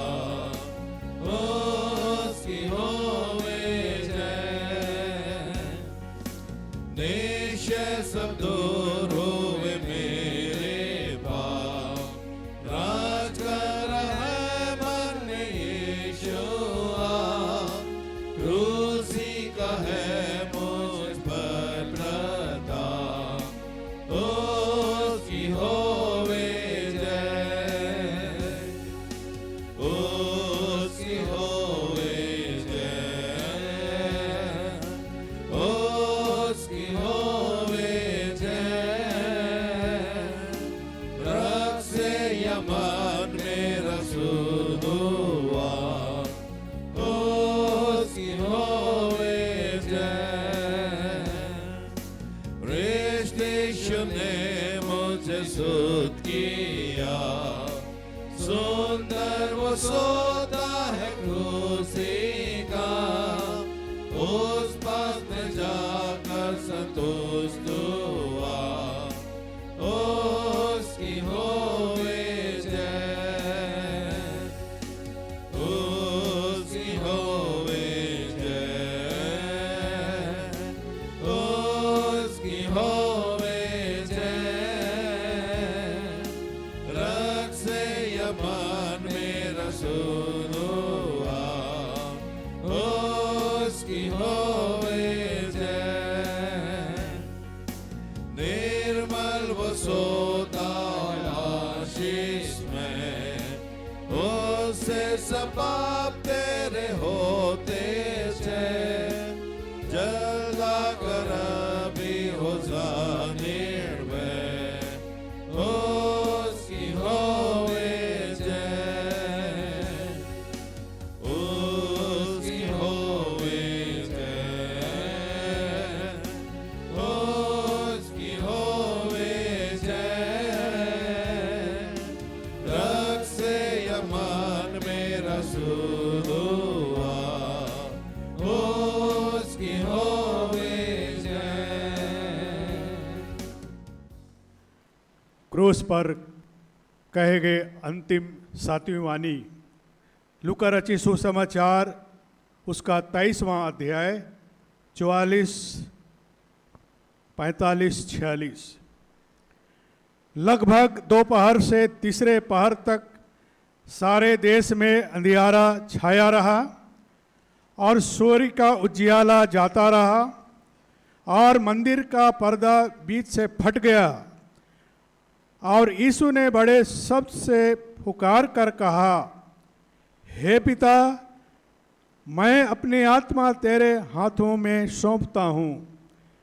और यह कहकर प्राण छोड़ दिए। परमेश्वर इस वचन के पढ़े जाने पर आशीष दे। आमीन।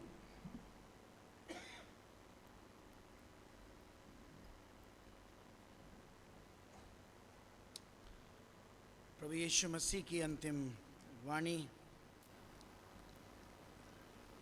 जो उसके मृत्यु के समय का प्रचार करती है। प्रियजनों, यीशु की मृत्यु कोई साधारण मृत्यु नहीं थी। प्रभु यीशु मसीह की मृत्यु कोई साधारण मृत्यु नहीं थी। सृष्टि ने उसकी मृत्यु को प्रमाणित किया कि यह परमेश्वर का पुत्र है।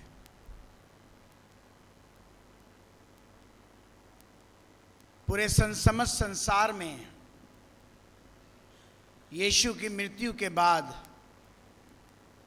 मंदिर का पर्दा फट गया, दो भाग हो गया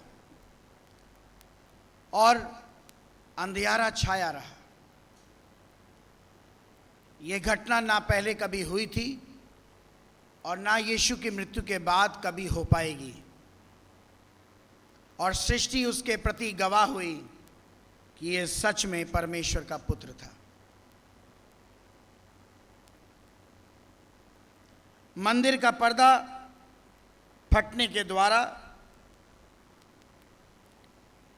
परमेश्वर ने उस अलगाव को, यीशु मसीह ने जो परमेश्वर के साथ मनुष्यों का था, उसे खत्म कर दिया। आज बहुत सरल हो गया हमारे और आपके लिए कि हम डायरेक्ट परमेश्वर से प्रार्थना कर सकते हैं। हम डायरेक्ट प्रभु यीशु मसीह से अपनी बात कह सकते हैं। पहले ऐसा नहीं था। पहले के समयों में एक क्रम था, उस क्रम में आपको खड़ा होना पड़ता था। बहुत सारे नियम और कायदे थे। लेकिन प्रभु यीशु मसीह की मृत्यु ने मुझे और ज्यादा और आपको और ज्यादा प्रभु यीशु मसीह के निकट लाके खड़ा कर दिया। जब हमारे पास इतनी निकटता हो गई तो पाप करने की सामर्थ्य भी तेज हो गई, डर खत्म हो गया। आज इंसान पाप करते हुए डरता नहीं है। क्यों? अरे प्रार्थना कर लेंगे, यीशु मसीह क्षमा कर देंगे। और यीशु मसीह दया के साथ खड़ा हो गया, इसलिए इमीडिएटली आंसर नहीं मिल रहा है पाप करने के बाद। पहले के समय में मनुष्य गलत करते थे और सजा तुरंत मिल जाती थी।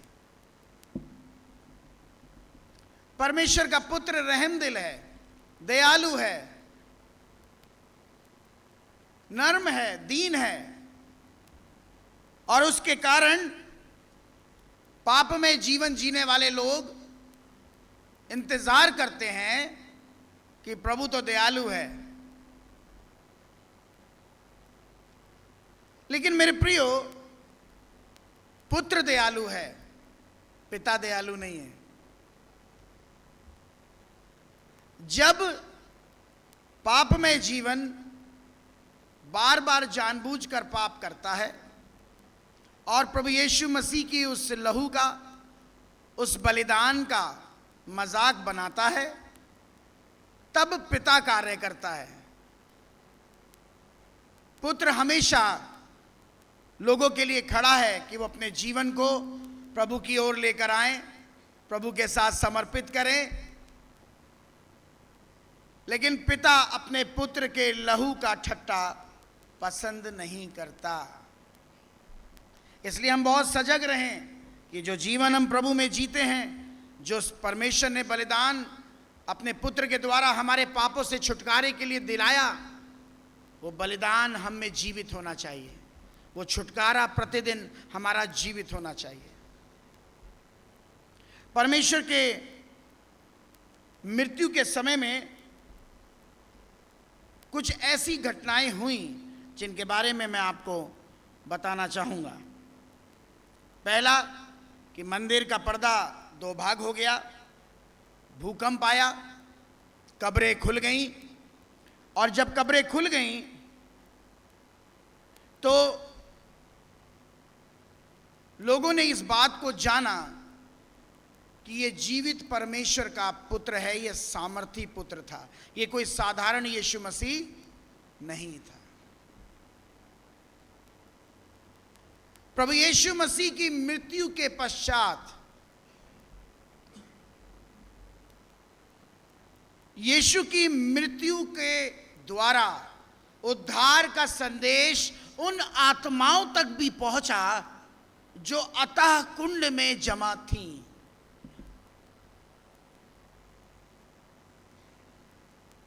प्रभु यीशु मसीह के मृत्यु की गूंज उन आत्माओं तक भी पहुंची जो अतः कुंड में जमीन के नीचे थीं।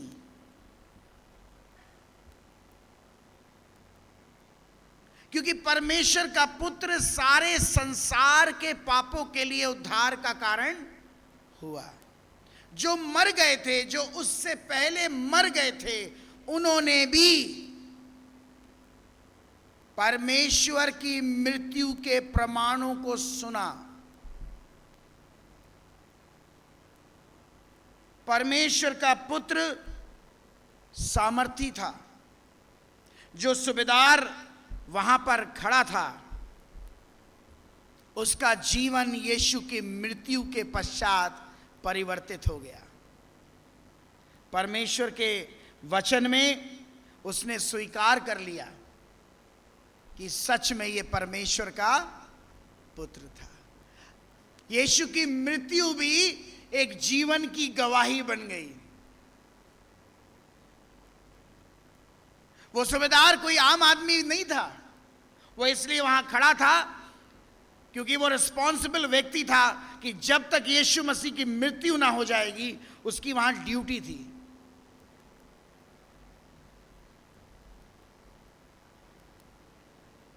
प्रभु यीशु मसीह ने उससे बात नहीं करी, लेकिन उसने सारी घटना को देखने के बाद यह रियलाइज किया कि मैं जीवित परमेश्वर के सामने खड़ा हूं।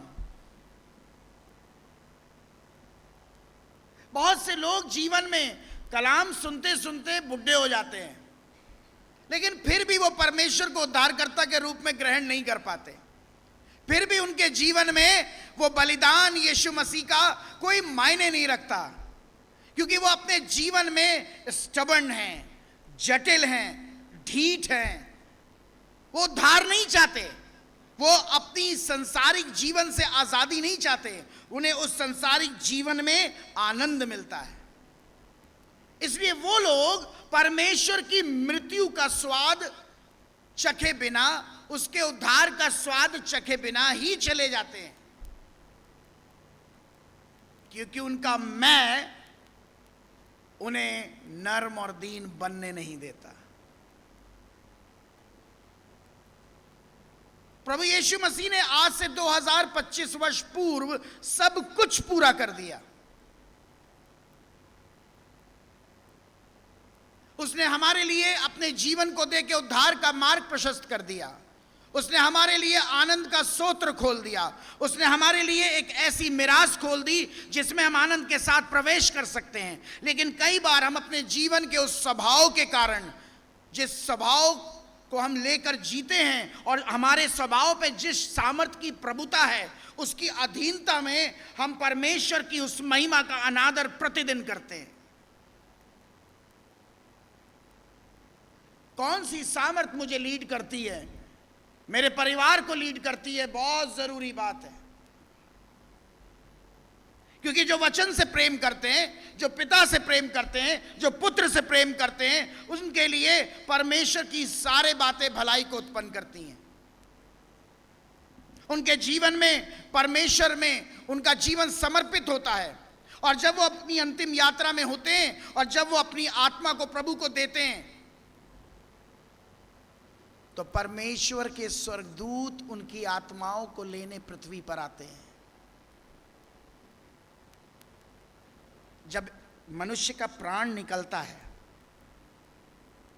अगर आप प्रभु के वचन से बंधे थे, अगर आप प्रार्थना से बंधे थे, अगर आप संगति से बंधे थे, अगर आप प्रभु के भय में थे, अगर आप प्रभु के अनुशासन में थे, अगर आप प्रभु को अपने जीवन का संपूर्ण आधार मानते थे, आपकी मृत्यु जब भी होगी, परमेश्वर के दूत आपको लेने आएंगे। ये श्योरिटी है 150%। क्योंकि उन आत्माओं पे शैतान का अधिकार नहीं है।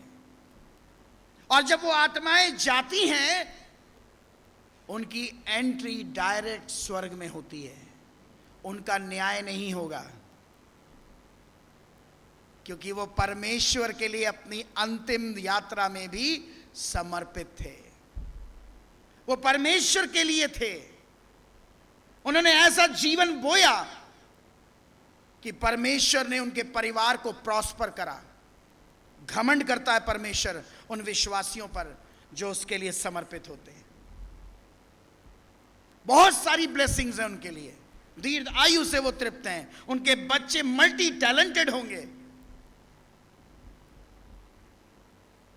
लेकिन जब हम अपने अंतिम पड़ाव में संसारिक जीवन जीकर अगर हम प्रभु के पास आएं और हम ये कहने लगे, भाई साहब दुआ करिए, अब तो मम्मी का समय आ गया, पापा का समय आ गया है, अब तो बस दुआ ही चाहिए, बिल्कुल नहीं एंट्री है।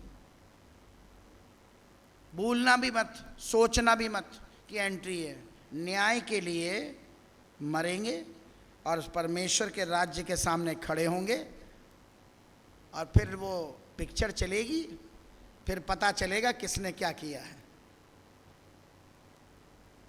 मैं तो पिक्चर चलवाने के लिए तैयार हूं नहीं। मैंने तो न्याय परमेश्वर के सामने, आज मैं उसमें जीवित हूं, तो मुझे डायरेक्ट एंट्री चाहिए। जो विश्वासी भाई है, जो विश्वासी बहन है, जो पिक्चर नहीं देखना चाहते अपनी, डायरेक्ट एंट्री चाहिए, तो आज वो जीवन प्रभु के साथ हो, आज समर्पित जीवन हो, ताकि जब मैं अपनी जिंदगी के अंतिम पड़ाव में आऊं तो मेरे बच्चे गर्व से कहें, मेरे माता पिता प्रभु के पास गए हैं, इसकी हमें एश्योरिटी है क्योंकि हमने उनके जीवन को वचन से बाहर देखा ही नहीं। वो गर्व है हमारे लिए, वो प्राइड है हमारे लिए प्रभु में। यीशु मसीह का पिता उस पर घमंड करता है, मेरे बेटे ने सब कुछ पूरा किया और वचन के साथ किया, पवित्र रह के किया, इसलिए वो मेरा पुत्र है। आज मेरी और आपकी क्या जिम्मेदारी है? मेरी और आपकी क्या गवाही है? क्या हम जीवन के अंतिम सांस पर प्रभु को ग्रहण करेंगे या जीवन की आयु में ग्रहण करेंगे? यह हमारा निर्णय है। संसार तो बहुत अट्रैक्टफुल है, अभी वचन सुना, बाहर सब फिनिश, फिर वही दुनिया है, फिर वही लोग हैं। चुनाव आपका है कि प्रभु की संगति वाले लोगों में रहेंगे, वचन के साथ रहेंगे, या संसारिक ईसाइयों में डपली बजाते रहेंगे।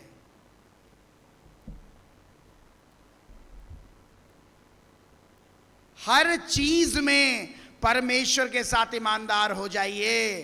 अंत का समय है, परमेश्वर का राज्य निकट है।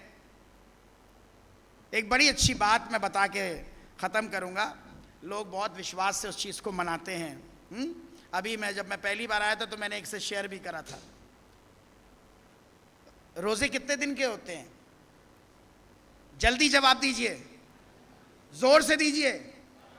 ठीक है, 40 दिन के रोजे। किसने दुआ रखवाई अपने घर में?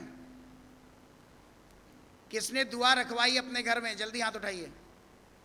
रोजों की दुआ किन किन के घर हुई? किसी की नहीं हुई? अरे भाई साहब, दुआ नहीं हुई थी? रोजों की दुआ, लैंड डेज की प्रेयर हुई थी? कितना डर रहे हैं, हाँ भी नहीं निकल रहा और ना भी नहीं निकल रहा। हो मेरे प्रभु, हो मेरे परमेश्वर, क्या होगा? अरे भैया करवाइए तो बोल दो। रखी थी? रोजे कितने लोगों ने रखे थे? रोजों की दुआ रखी थी, रोजे कितने लोगों ने रखे थे? हाँ जी, नहीं, मैंने अपने घर में क्या कहा? रोजों की दुआ है।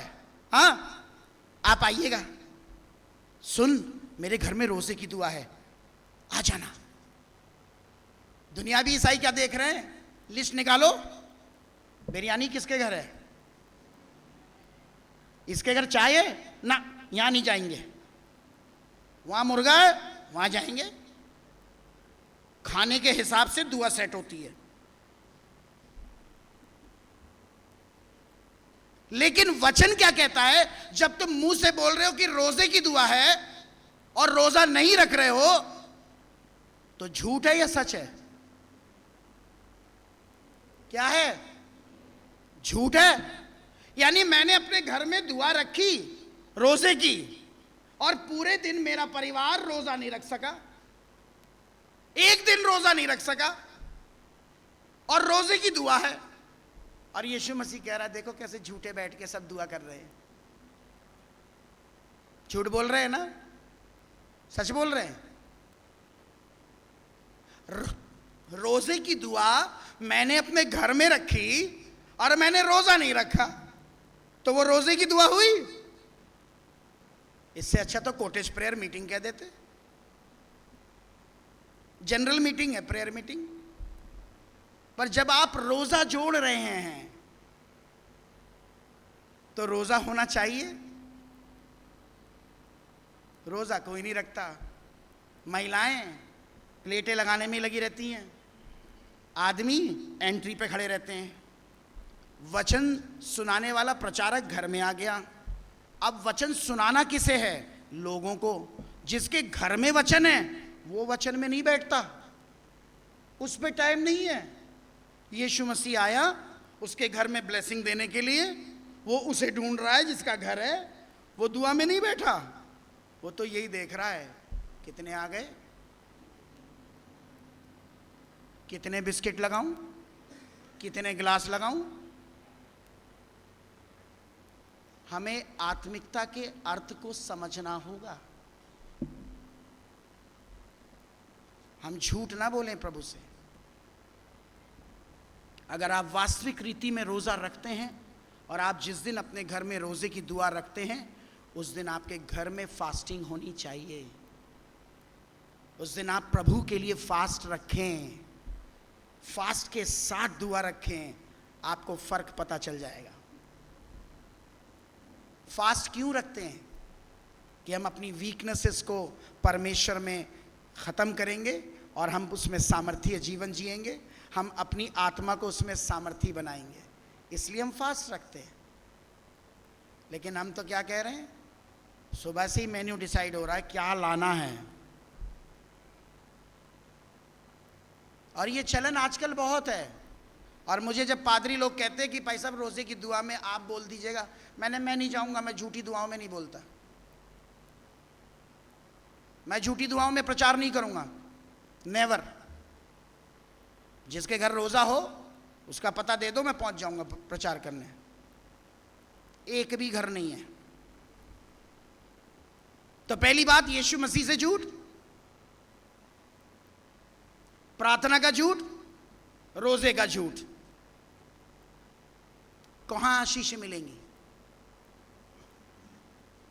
कॉन्शियस क्लियर ही नहीं है, जीवन में पता ही नहीं चल रहा क्या हो रहा है, बस एक भेड़ चाल चल रही है, रखने रखने रखने रखने रखने, हम भी रखेंगे, हम भी रखेंगे, हम भी रखेंगे। वास्तविकता यह है कि परमेश्वर के वचन में उसने सब कुछ पूरा किया। अगर मेरी आंख खुली है, मेरे कान खुले हैं, तो मैं परमेश्वर के वचन का सही रीति से आदर करूंगा। ऐसे काम करने के द्वारा भी हम परमेश्वर का अनादर करते हैं। अगर आप रोज़ा नहीं रख सकते तो आप रोज़े की प्रार्थना भी मत रखिए। आप कहिए मेरे यहाँ जनरल प्रेयर मीटिंग रख दीजिएगा। जब परिवार रोज़ा रखता है, जब रोज़ों की प्रार्थना होती है, वो रोज़ों की प्रार्थनाओं के द्वारा कलीसिया स्ट्रेंथन होती है। उसका अपना एक वजूद है, उसकी एक अपनी सामर्थ्य है। प्रियो, प्रभु यीशु मसीह ने हमारे लिए सब कुछ पूरा कर दिया। उसने कहा, मैं अपने पिता के हाथों में सब कुछ सौंप देता हूँ, मैं अपनी आत्मा प्रभु के हाथों में देता हूँ। क्या मैंने अपना जीवन प्रभु को दिया है?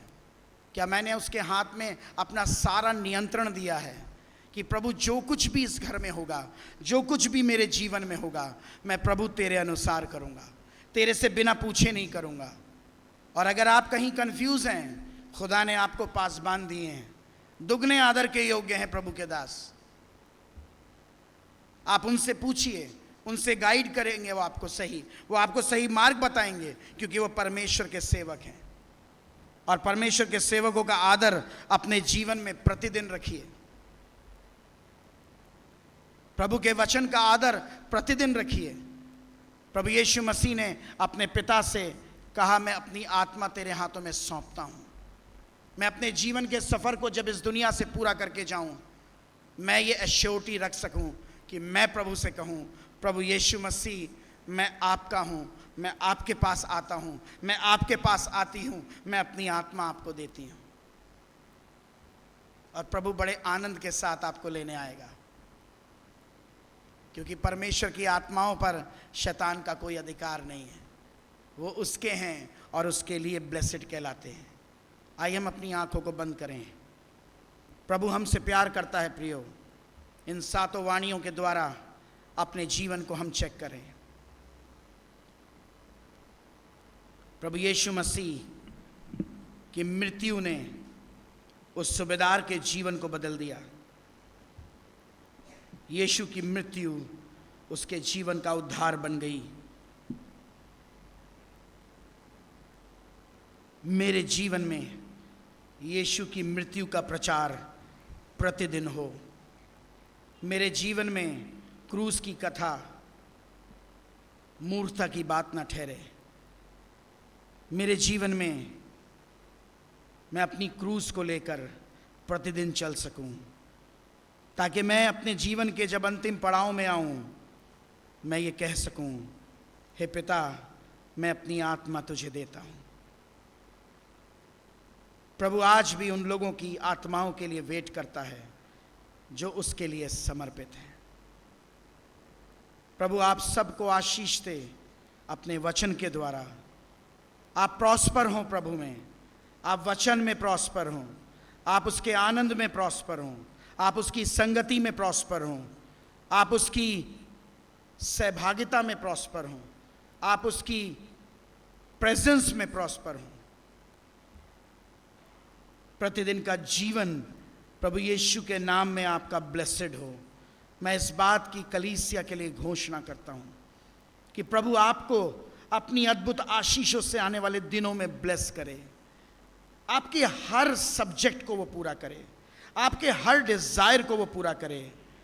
ज़रूरी हो जाए आपके लिए, ये ज़रूरी हो जाए आपके लिए कि आप अपनी आत्मा उसको समर्पित करें, अपना जीवन उसको समर्पित करें।